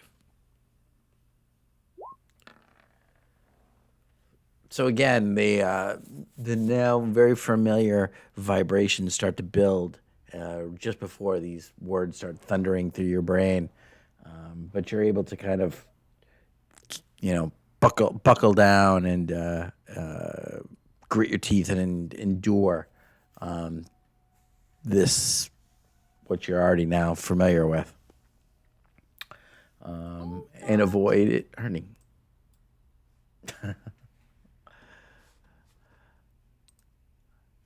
Cool.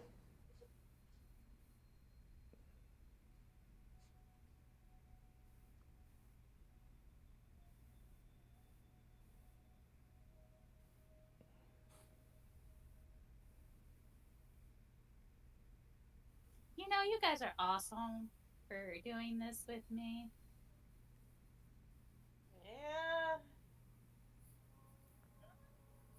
You're welcome. You normally don't really ask to go to places. Although I'm pretty sure you're leading us to our certain doom, I certainly wouldn't want you to take that alone. I mean, I feel like it's my time to lead us to our doom this time. I'm gonna sing the doom song now.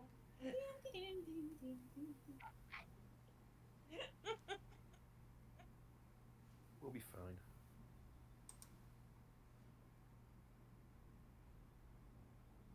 Yeah, we're just here to help.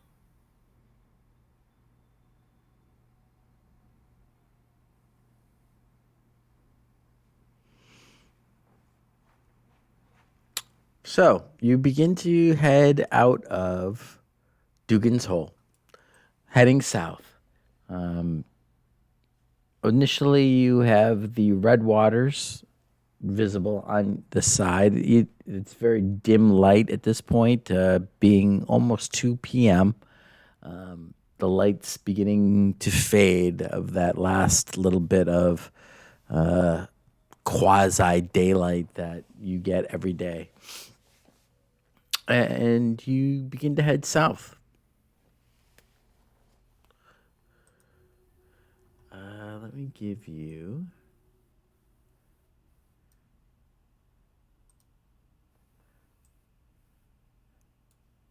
How's that?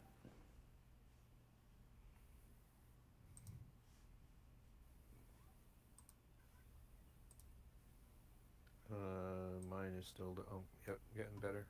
There it is. Yep. Yeah.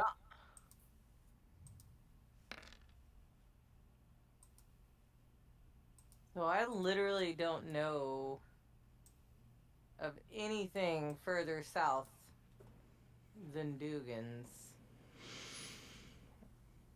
I mean, we're heading towards the spine. You are, as a matter of fact. And for the first hour or so, you're able to kind of hug along the edge of the Red Waters.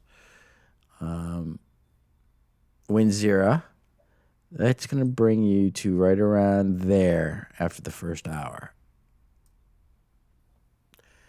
At which point your head starts to vibrate. I need you to roll a Constitution save.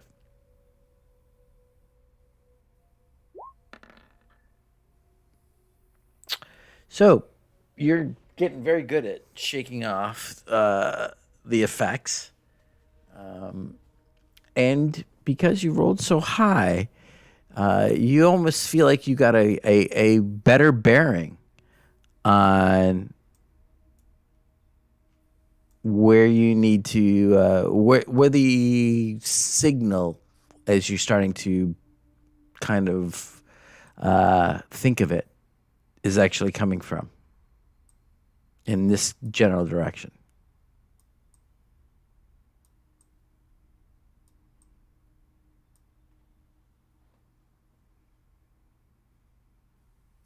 Downwards and upwards. You got it, boss.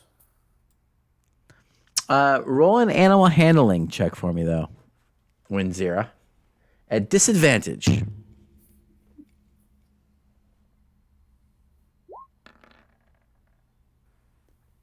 Whoa. So, 7. yeah, so as you're getting further out and away from the civilization and more, the dogs begin to get a little bit friskier and seem to kind of buck at you a little bit. The elk probably spooking them a little bit. The rat chewing at the smell of the rat and their tails. They're feeling a little bit skittish, and you begin to lose control of the situation, shall we say. And as such, the two of you trailing after notice that suddenly Windsor starts to veer off in a sideways direction. Oh boy. Bad dog. I'll yell out to her. Windzira, where are you going? Where are you going? I don't know. The dogs want to go this way. Stop it! Is that where you want to go? No! What? This is only my second time doing this. You're doing great. Well, I guess we have to follow Windzira so she doesn't die. Yes, please and thank you. So you're going to follow the dogs going off in a different direction, or are you going to try to assist with getting the dogs under control? Assist. Yeah, we'd try to hurt him up with the axe beaks. So Side of him and yeah, either one of you can then, both of you then, roll animal handling as you try to get the dogs under control.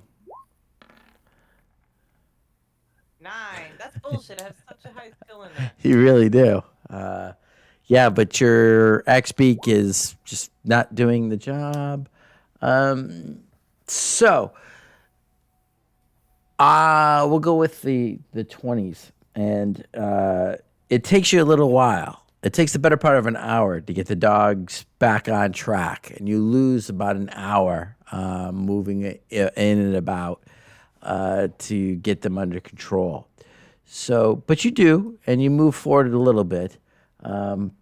But because that, again, an hour has gone by, Wind Zero, you need to make that Constitution save as you begin to feel that buzzing, which imminently.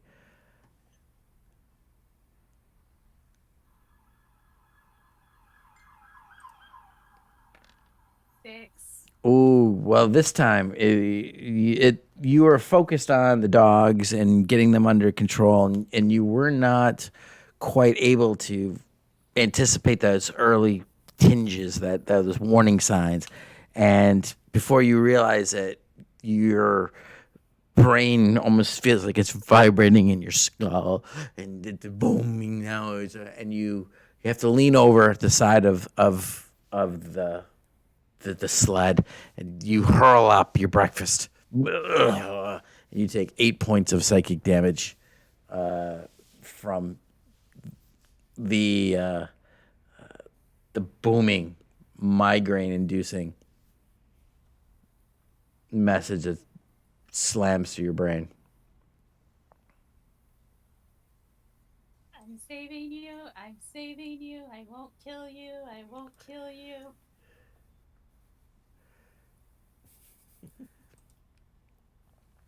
After that, you come across a frozen,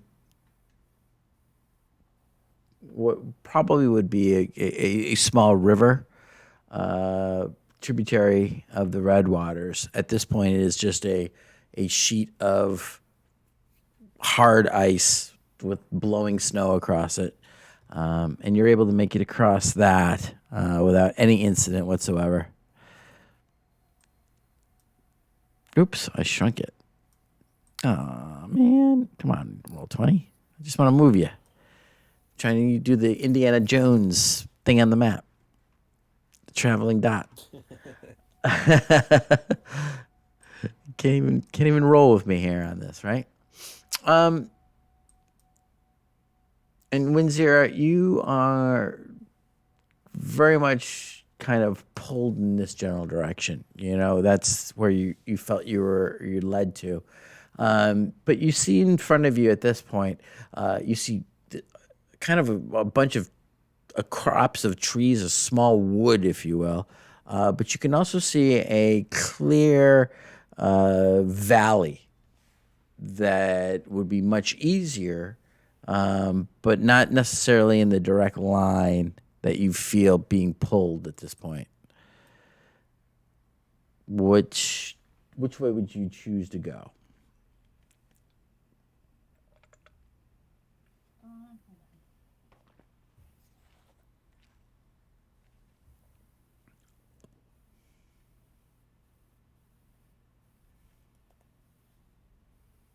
Benzira does not feel very confident in her skills with the sled and would like to choose the easy route. Okay.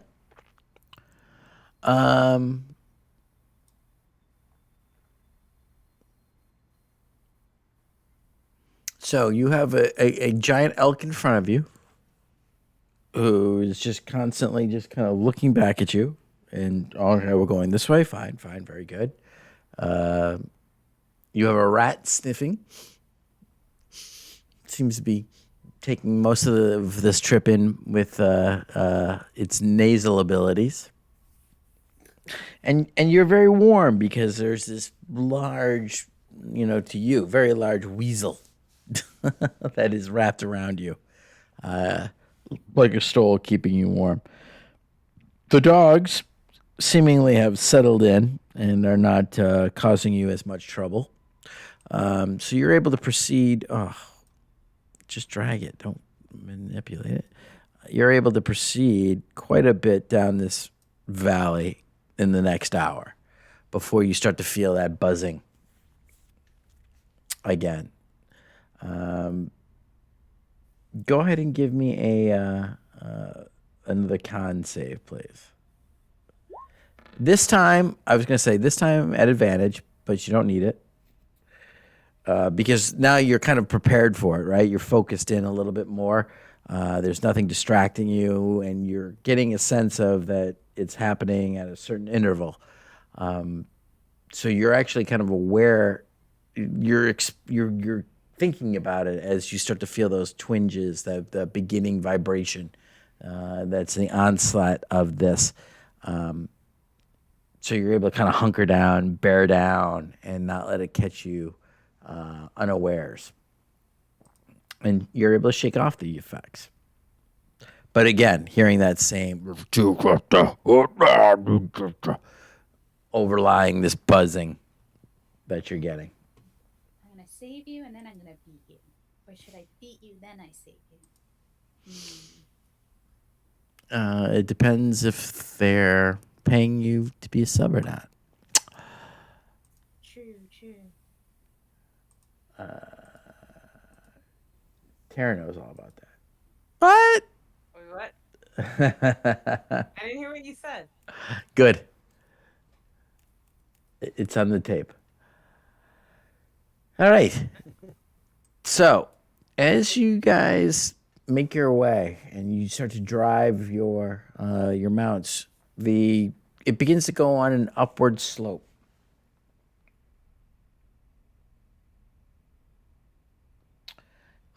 You're able to drive your dogs upwards.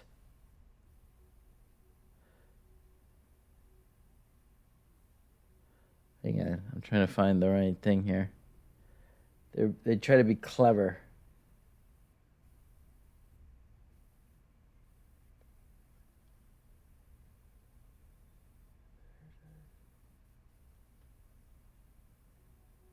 With the naming on Sirenscape, so they didn't give it away, like any of the spoilers. But they also made it somewhat difficult to go, even for us as DMs who've read it all. I'm like, wait, is that the right one? Is that the right one I want? Okay, so as you're coming down this valley, Windzera, and you're driving forward, it's very dark. You only have the light of Thea's ongoing light that she casts in front of you. But you do begin to see an eerie glow further down ahead of you at the end of this kind of valley. And it betrays a monstrous outline of something stupendous and ominous ahead of you. It looks almost like a cephalopod with slimy, ropey tentacles as thick as a tree trunk that has tried and failed to bury its immense bulk in the snow.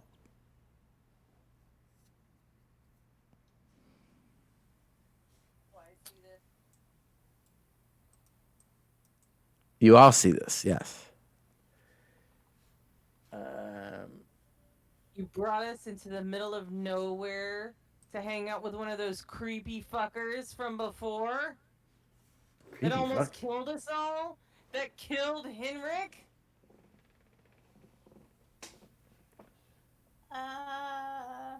Wasn't Hendrik killed by a druid? Oh, yeah. He almost killed Henrik. He was down. Which time? Yeah, who are you talking about? Yeah. With Trex. Oh, it doesn't look like that thing. No. Oh, So it looks like a motherfucking mind flare, is what you're saying. No, it almost looks like no, it's like a seashell, nautiloid seashell. Oh. Hang Okay. on, I will give you a visual because I'm pretty sure I know. neither what it looks like. Wizards of the Coast nor Roll20 provided us. A cephalopod, by the way, is kind of like it's a similar to a squid, but Yeah. but the ones that have like the crab shell, like a nautiloid. You don't know what I'm talking about at all. Hang The on. bulb head, right? I don't know. I always think of That's the a most lanternfish. the most No, like a cephalopod, like literally the most expensive speakers ever made are these B&W. Not they're called the nautiloid speakers. They're $20,000 a piece, and they are cephalopods are squids, octopus, cuttlefish, and nautilus. So right. you're But talking about not. yes, it looks more like Yep, this. that's what I was picturing. Yeah. Yep. Okay. So it looks like You a say cephalopod, I think squid. right, and that's my bad. It could have been yes, but in this case, that is the specific cephalopod that I am talking about. Yes. Okay. So definitely not a mind flare. No, it looks like a giant, hard shell, the hard shell of that in that shape. Uh, Floating in the air. no, it looks like they had tried to bury itself in the snow, but not quite. It's rising above the snow, and understand that I'm talking. This is the size of a barn, maybe even a little bit larger than a barn, like one of the biggest barns you've seen. I don't know. I've seen some pretty big barns. That's a weird shaped ship. Um, So Winzira, is that the Ah. guy? is that what's talking to you? I don't know. It's in this direction. That thing is a little concerning. Yeah. Is it alive? I don't know. Is there any movement coming from it? Roll perception, please.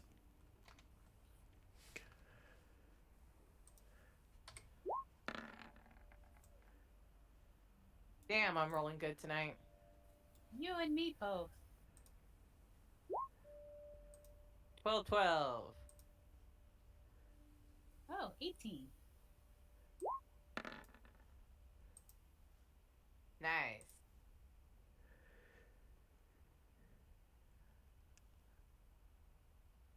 18, 12, and 12. Okay, so what was the question? Is it alive? Is there any movement? Ah, all right. So as you approach, and you can see it again. You guys are still probably 300 yards away. You can only see kind of the main curvature of the top of this thing, right? The rest, you can see part of it is definitely buried in the snow.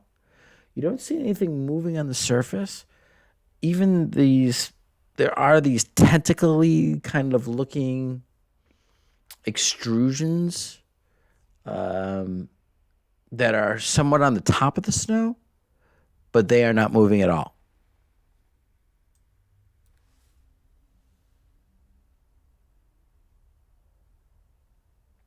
But again, you guys are good, still almost 300 yards from this, and that's as far, as you can see, because it's actually there seems to be some kind of almost luminescence to it, which is the only reason you can see it. This is weird, Winzira. It You looks should cool. concentrate and see if you can talk to it or if it's talking to you. I have to get closer. Wait, hold on. But it's been talking to you for so long. Why do you have to get closer? I need to get into 120 feet of it. Oh.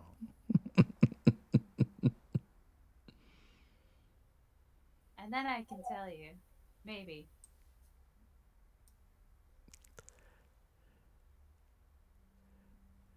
I Oh. will approach with her if she's getting closer. I'll leave the dog sled here. Okay. Don't like any of this. I don't like any of this. I don't like any of this. As I'm trotting behind them. So how do you feel about this? She's fine. Yeah, she's good. You know, we just all die because we're hanging out with a creepy shell monster. It's great. We can always run away. It's the things associated with the shell monster that I'm more concerned about, but that's me and not Filbert. I don't know what you're talking about. Yeah, when Zero has no idea. Just a pretty shell.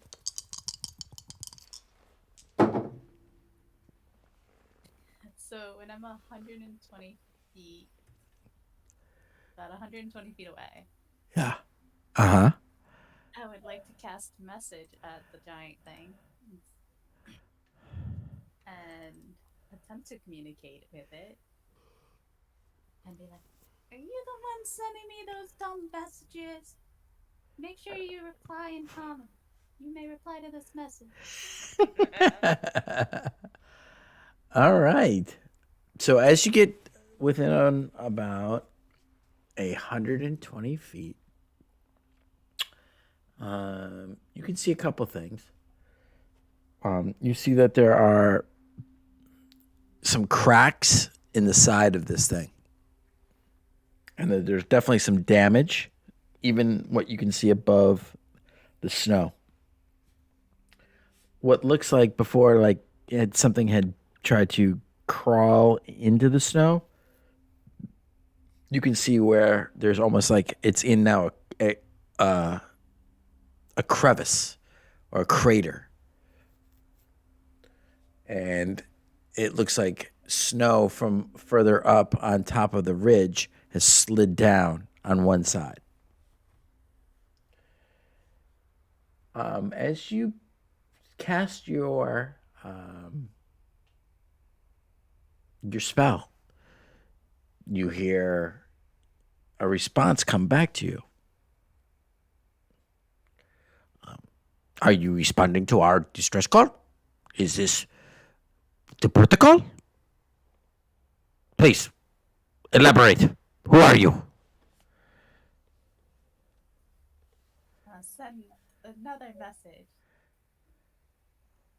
I heard your call. I don't know why. I'm Winzira. Please shut it off. Thank you. Saying this out loud, before you hear a response, you hear kind of and coming up out of the area in front of these tentacles, you see these strange creatures begin to kind of emerge up out of the snow and sniffing around, almost with like a large beak in front of their face. You see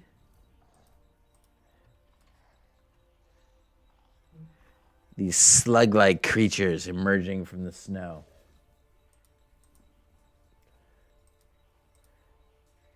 Are you seeing that, or am I on the wrong page?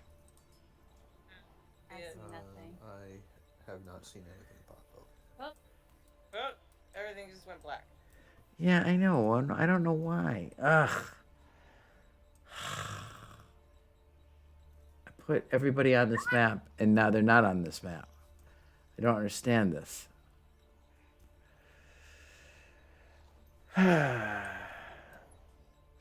Wow. That's really disappointing. I preset this whole thing up.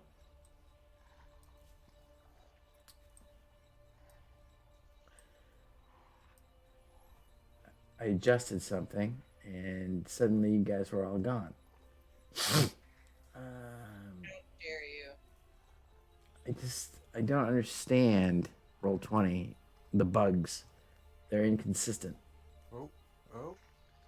Yeah, you're there now. Hang on, I still got a weasel, which I've already done all this. I literally did all of this already. So it was going to be a nice reveal. And a giant rat.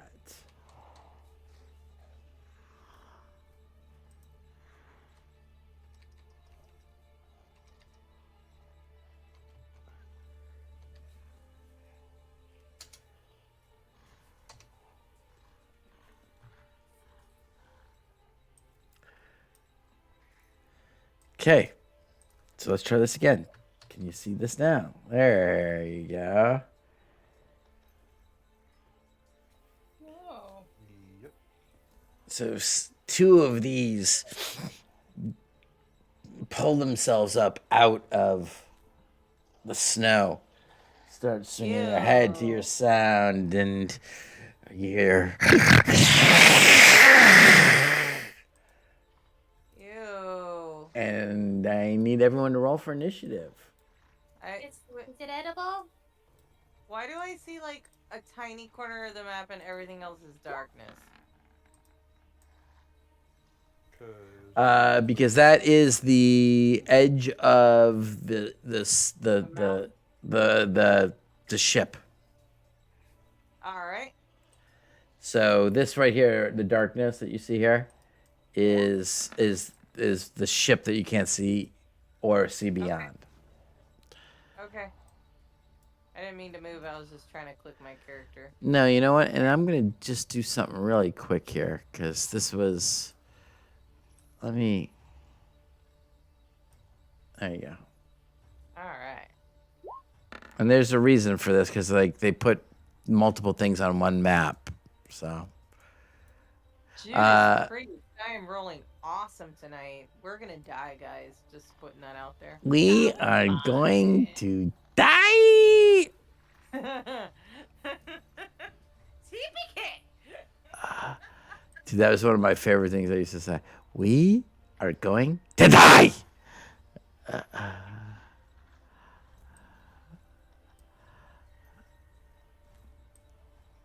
All right. So just the three of you. You can roll, and you want me to roll the initiatives for your critters? They go after me. Oh, you know what I did wrong, by the way? I put you guys and all of them on the wrong layer. That's what I did wrong before. All right, so the giant elk does not need its own initiative. Yeah, that was user error. That was DM error. You have to use a bonus action to make them do so. Okay, cool. All right, Filbert. So you see these kind of tentacle-like things that are barely up on the snow and pulling themselves out by the glow that's coming off of this Nautilus-type protrusion. You're able to see both of these.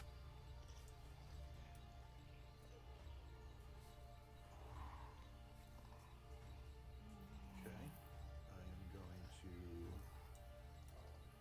am going to step back a little bit. Mm-hmm.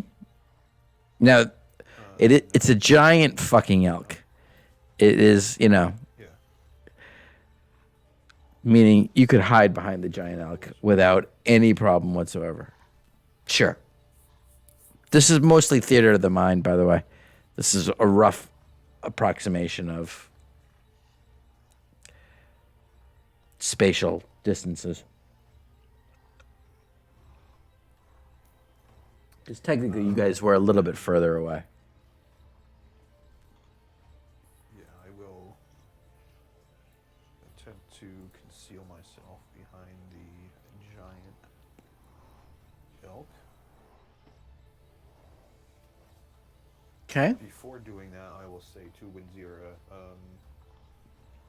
you better figure out what these things want. And then I'm going to go hide with a 27. And I will hold my attack action if that thing becomes aggressive and attacks the group.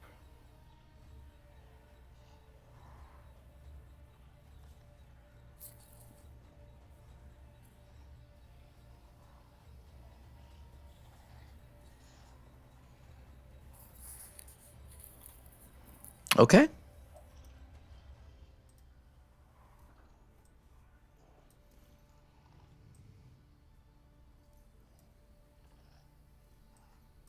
Thea.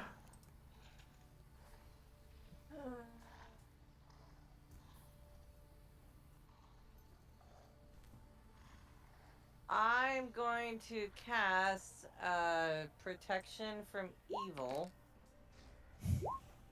on Winzira and go, it's your fucking dude. Guess you better go talk to him.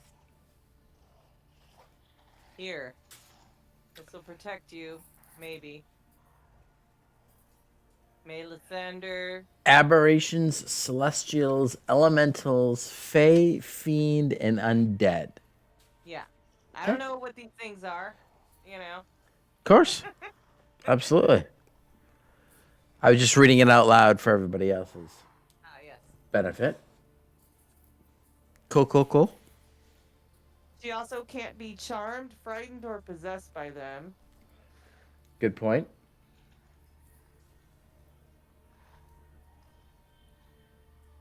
So hopefully this will aid you.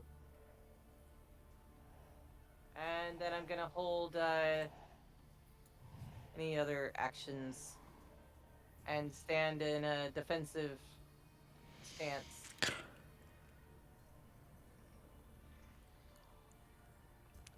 Excellent.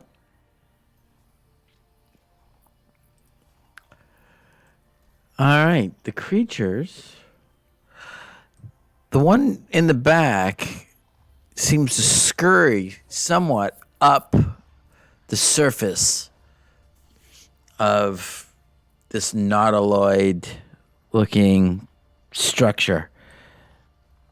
And it climbs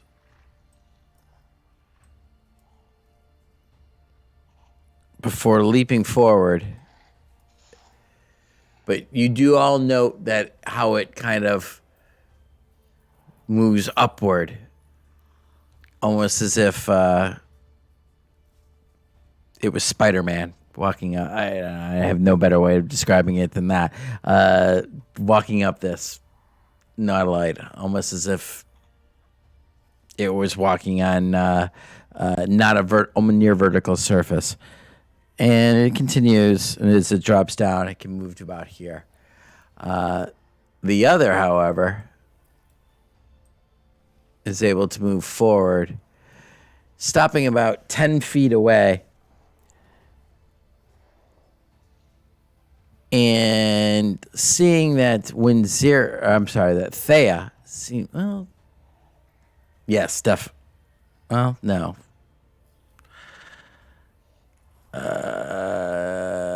There's even, all right. Thea's the closest, it being 10 feet away, it lashes out with these kind of tentacles that it has. And they come slashing out at you. Warding flare. Okay. The 12 misses. So, a bright light flares, and they are blinded unless immune to this feature. Uh,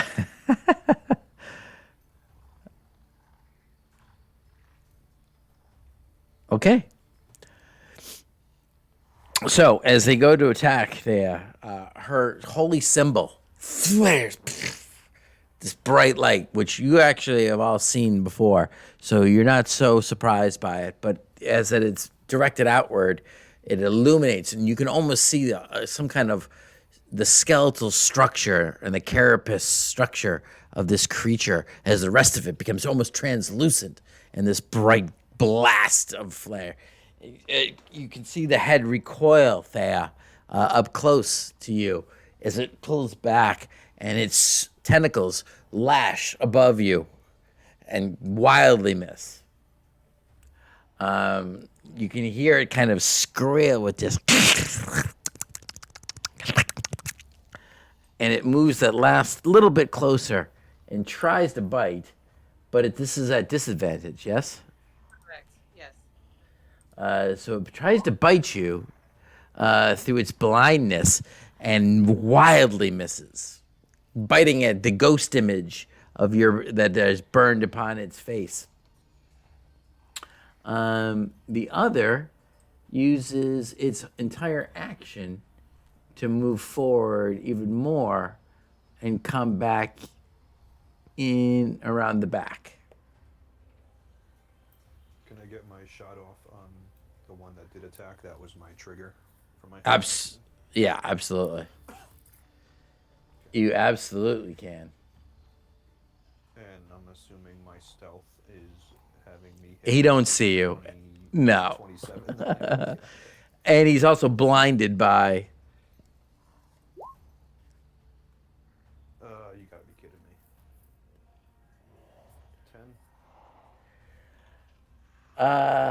10.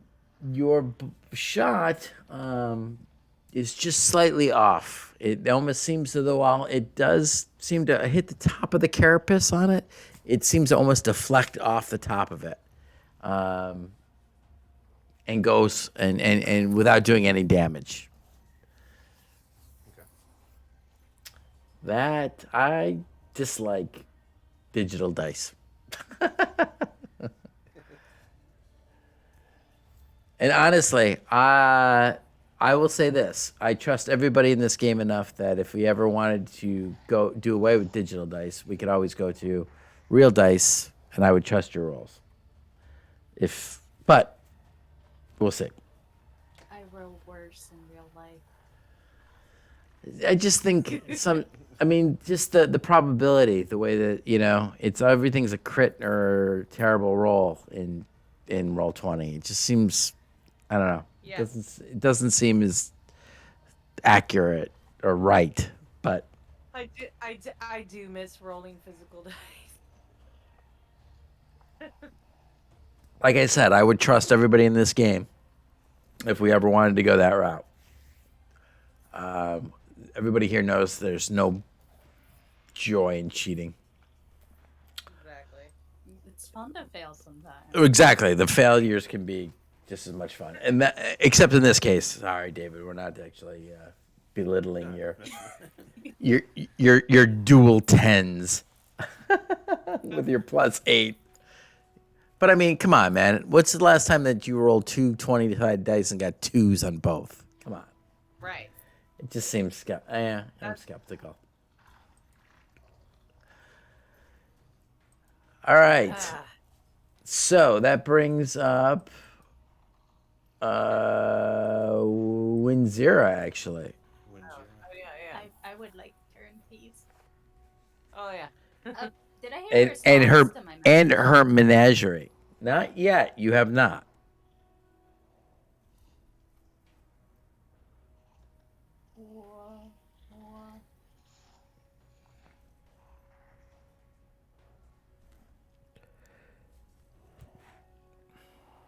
I'm gonna use my movement to climb up onto the elk.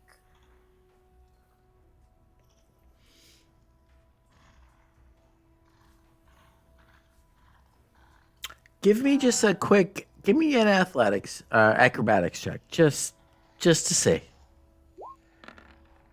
Okay, yeah. So your movement, yes, with your movement, you get up on its back, no problem. If it was under 10, it would have burned your action to get up.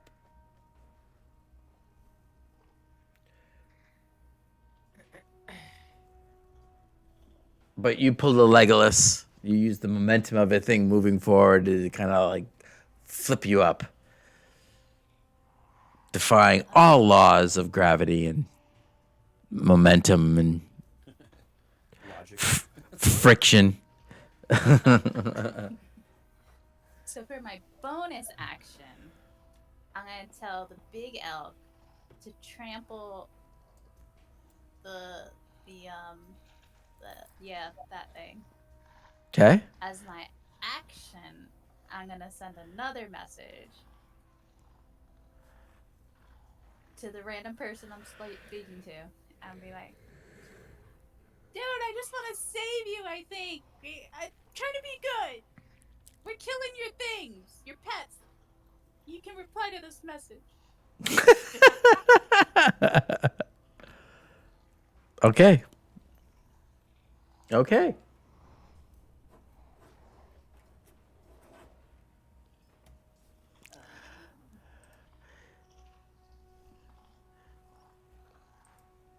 So that's your movement, your action, and your bonus action is now the giant elk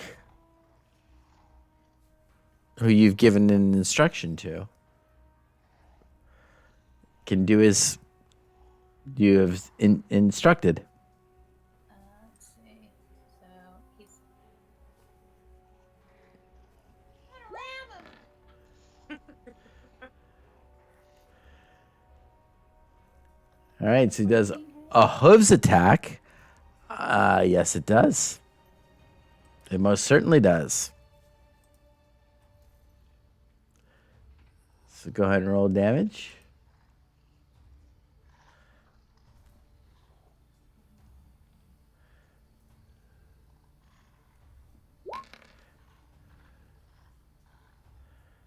$21 points of bludgeoning damage. And see, there's my case in point. An 8 and a 1.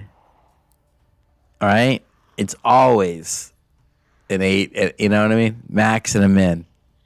Not always, but so often it's strange credulity. Cool. All right, so 17 points of damage is It's 21. There's a +4 in there. cool. All right, so 21 points of damage as the giant elk lurches forward, dwarfing even the size of this almost hard-shelled caterpillar slug-looking type of thing. It rears back and just slams its hooves down to the top. You can hear a sickening kind of crack, and as this green ichor spurts out of the crack in the top of its carapace,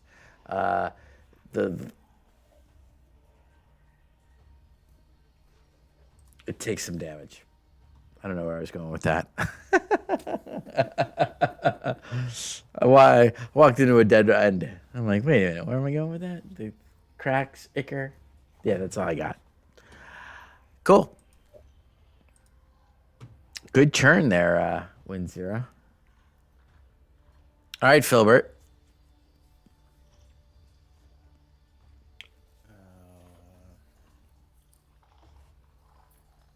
I do not like this guy being so close to me.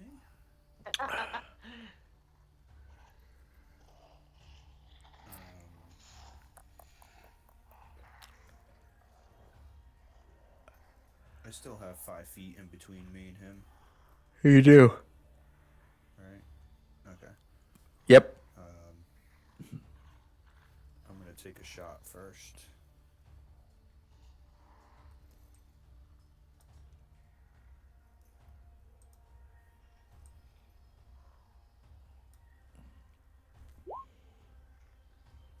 It hits. Yeah. So 15 points of force damage. And I will bonus action disengage. And 5, 10, 15, 20, 25. I'll come around to that side there. So he was more than 5 feet away from you, and had not attacked you yet. So you could have done that without the disengage. But I did see them. They have reach attacks, yes, but he had not attacked you yet, so he's not technically engaged with you. Okay. That's the way I would rule. I would rule that, just so you know, for future combats. Even though you attacked him, if he has not attacked you yet, he's not engaged with you, right? Because it's not back to his turn yet. And it's the same way with you. You guys wouldn't get an opportunity to attack if something came close to you, but is not necessarily within your reach, and moved out of it before your turn. You wouldn't get an opportunity to attack either. It's just my interpretation of the rule. Now, once you have attacked, or it's attacked you, or there's been some kind of engagement, then yes, absolutely. But cool. Cool. Yeah. All right, Thea. You got this nasty thing in front of you. It's just gotten kind of. It got punched, but good. By the giant elk that you now have hanging out with you.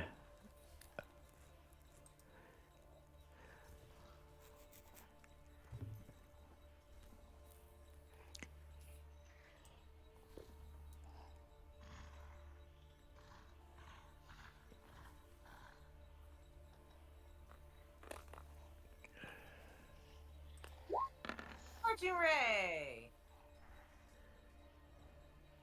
Gonna attack both those guys.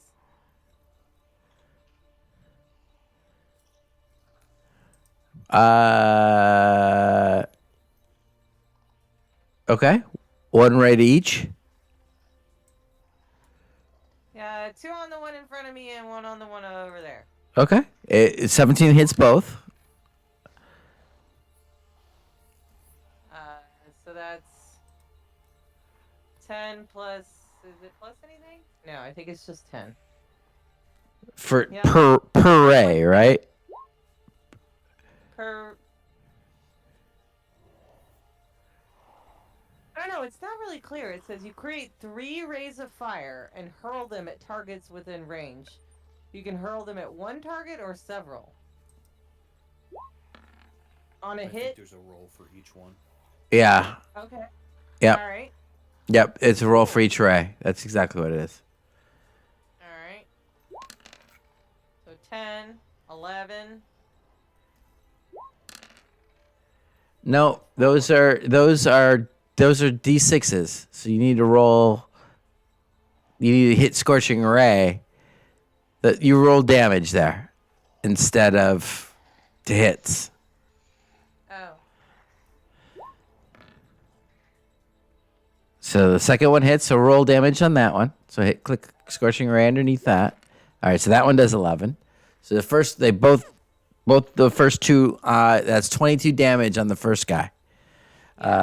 Who starts to actually bubble and cook, and the smell becomes absolutely repulsive as you can actually see this pale, almost translucent flesh underneath this hard carapace of white start to cook with your scorching rays burning into it. And then you turn to the other and you point a finger and call Lathander's ray down on that one. Roll. Go ahead and roll for that last. I thought you got 3. Oh, they all hit. I see. 17, 10, 10. Gotcha. My narrative was off. So let me add 1 to that one. So he's there. And then that guy. Yeah, so all 3 hit. Yeah. So he gets Does- 11. He does. As soon as I get him, there it is. Cool. Yeah, Lathander. Toasting your foes to crisps. All right.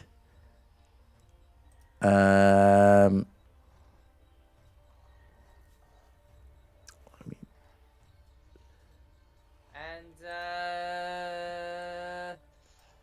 And they're just so stupid. bonus, Go ahead. as the bonus action, I'm gonna yell out, "I told you this was a bad idea, Winzira." That could be a free action. That doesn't have to be a bonus action.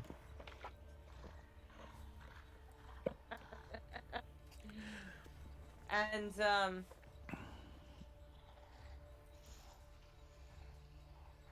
hold on. Okay, fine. Then as my bonus action, I'm going to healing word Winzira with that saying like, "I told you this was a bad idea." That's my healing word. Yep. Yep. So As you say the word idea, suddenly the spell releases and you get When 6 s- points back. yep, as the word idea seems to physically hit you, but with a warmth and almost the feeling of someone hugging you back. Aw, I'm not hurt though. Oh, I thought you've been taking damage this whole time. I'm Well, still I mean, technically I'm still on my temp hit points, so those but don't feel bad. she doesn't know that. As far as she's been seeing you collapse in headaches for every hour Mm-hmm. on the hour. Very So, true. Leia thinks you're hurt. So I'm like, aw. All right, Winzira. Don't they go? Did I skip them? Sorry. yeah, Yeah, the bad guys go. You did. Thank you. So, this one moves only slightly forward and decides to attack the biggest thing it sees.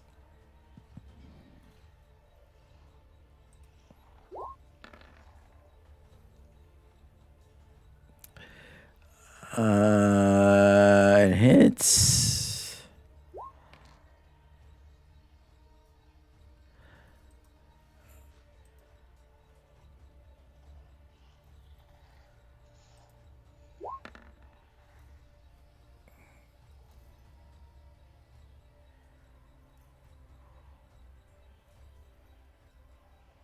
All right, so it takes 19 points of damage overall. Our friend the giant elk, but it's strong enough to fight off the poison that is coursing through its veins. After hitting it, though, it moves forward and moves to bite it, which hits as well.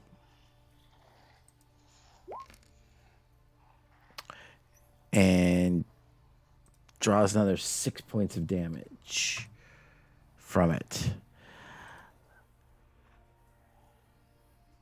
Thea, the one in front of you that you've been beating up on, actually tries to attack you.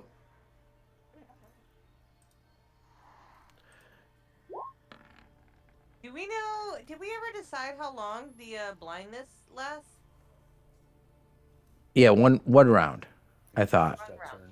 Yeah, it's just a one turn. But it crit fails with its tentacles. Perhaps very leery of the fact that you might at any time burst into a bright light that's going to cause it excruciating pain. It kind of half closes its eyes and swipes at you. And then realizing that it missed and no light happened, it moves forward and tries to bite you. Oh, that one actually does land, however. And right, it kind of Florian gets You get a warning flare that one too? Yep. Okay. Wooden flare has to be done before the attack is rolled. Okay. Thank you. You got to No. call. No.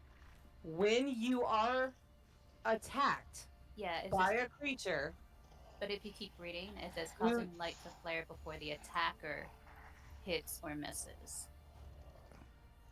Yeah, you got to call it Hmm. as soon as I say he's about to attack you. Once I roll, you can't call it. all It right, only fine. it only hits you for 5 points of damage. Yeah, that's fine. So. Yeah, that one has to be before I roll. Do the roll. Yeah. So 5 of your temporary hit points. Remember, because you have temporary hit points. Okay. Yep. Cool. All right. When Zera brings you up at the bottom of the order. Still no response? Not yet. I'll take that as agreement. Bonus action. I will have.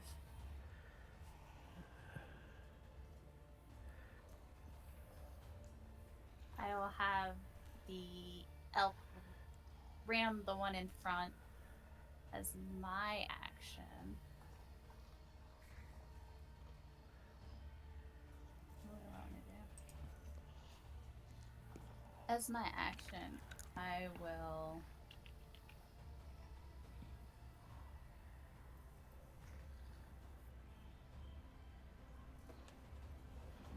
Dissonant Whispers, the one in the back. So. That's a wisdom. At first. Yeah, wisdom save. I think so, yeah. Crit fail. Cool. It takes 12 points of psychic damage and uses its reaction to run away. Okay. And then your elk is going to do a ram attack. Yes. That hits. You want to use mine or yours? Yeah.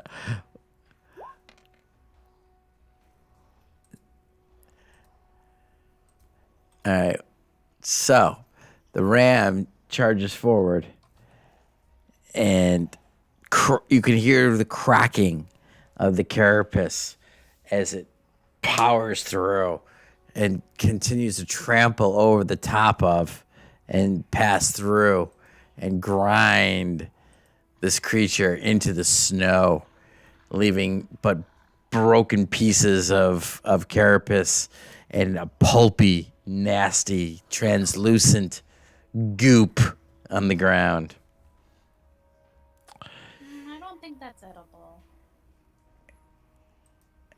As it does so, Save some of the goop.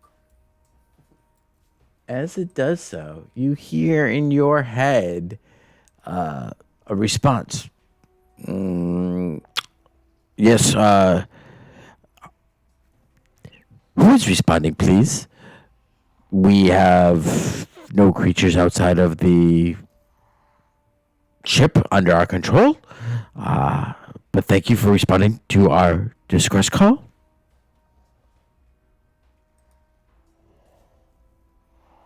Yeah. It's okay to kill him, guys.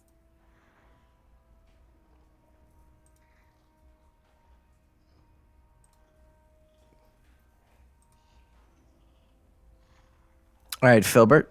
Okay. That's good. Alright, I'm gonna bonus action steady aim and take a shot at the remaining one.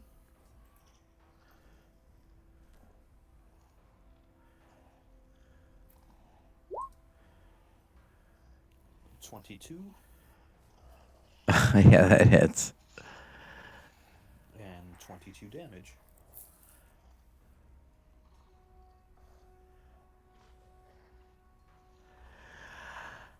All right, how do you do this? No, I'm sorry. So your force arrow slams into it. You see a whole section of this kind of carapace get blasted off from the force of this punch that drives through it, and this kind of eruption of this kind of purplish ichor flares out of it. It flares back. The tentacles kind of and flaring and as this force arrow just pounds into it, and it reels backwards from the damage you did from it. Cool. That's my turn because I can't use any movement. Okay. All right, Thea. There's one more of these creatures. Not looking good. Alright. Oh, hold on. Man.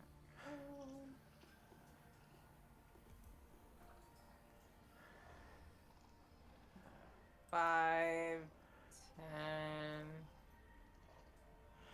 15. Yeah. So I'm gonna cast Burning Hands. Okay.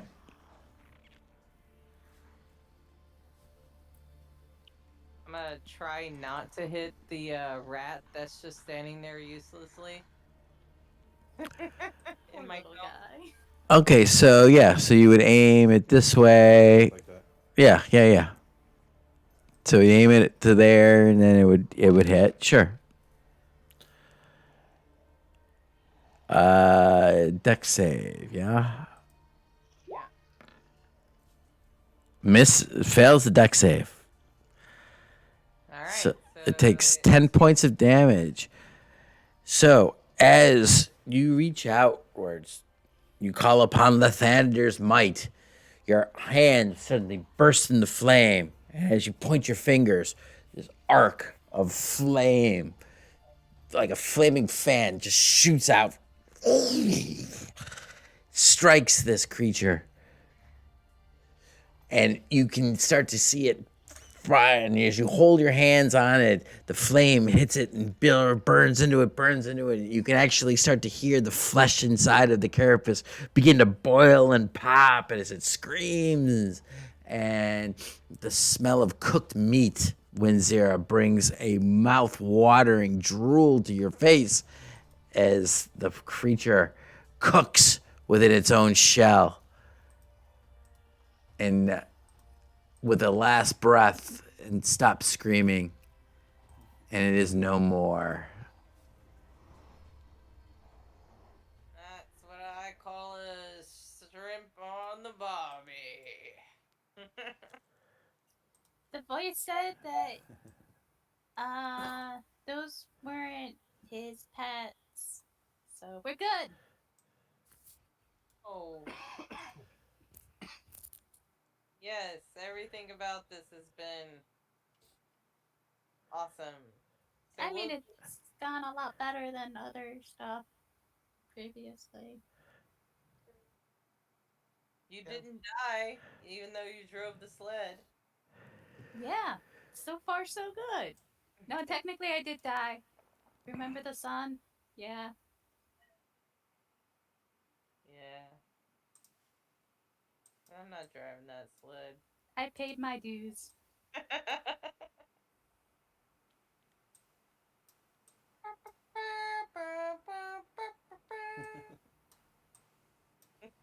Yeah, that fight was worth 1,500, right? Sure. Um.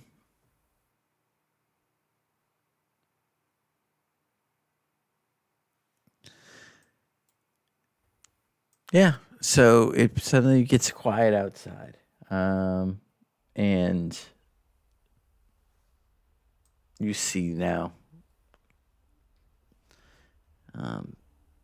nothing between you and the outer surface of this nautiloid shape protruding from the snow. And as it is exactly 11 o'clock, we can pick up from there next week. That's a good spot. Yep. Sounds good. Specifically, let me see how much those are worth. Not a ton. 900 divided by, carrying forward. yeah, 9 divided by 3. So you each get 300 experience points for that.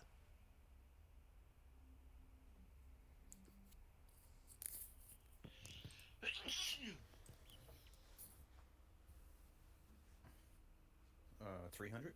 Yep. So you're what at 5305? 5350? 5350. Yep. Yeah. Well, there you have it. All right. Cool. And we shall see now the outside of this strange shaped thing in the snow next week.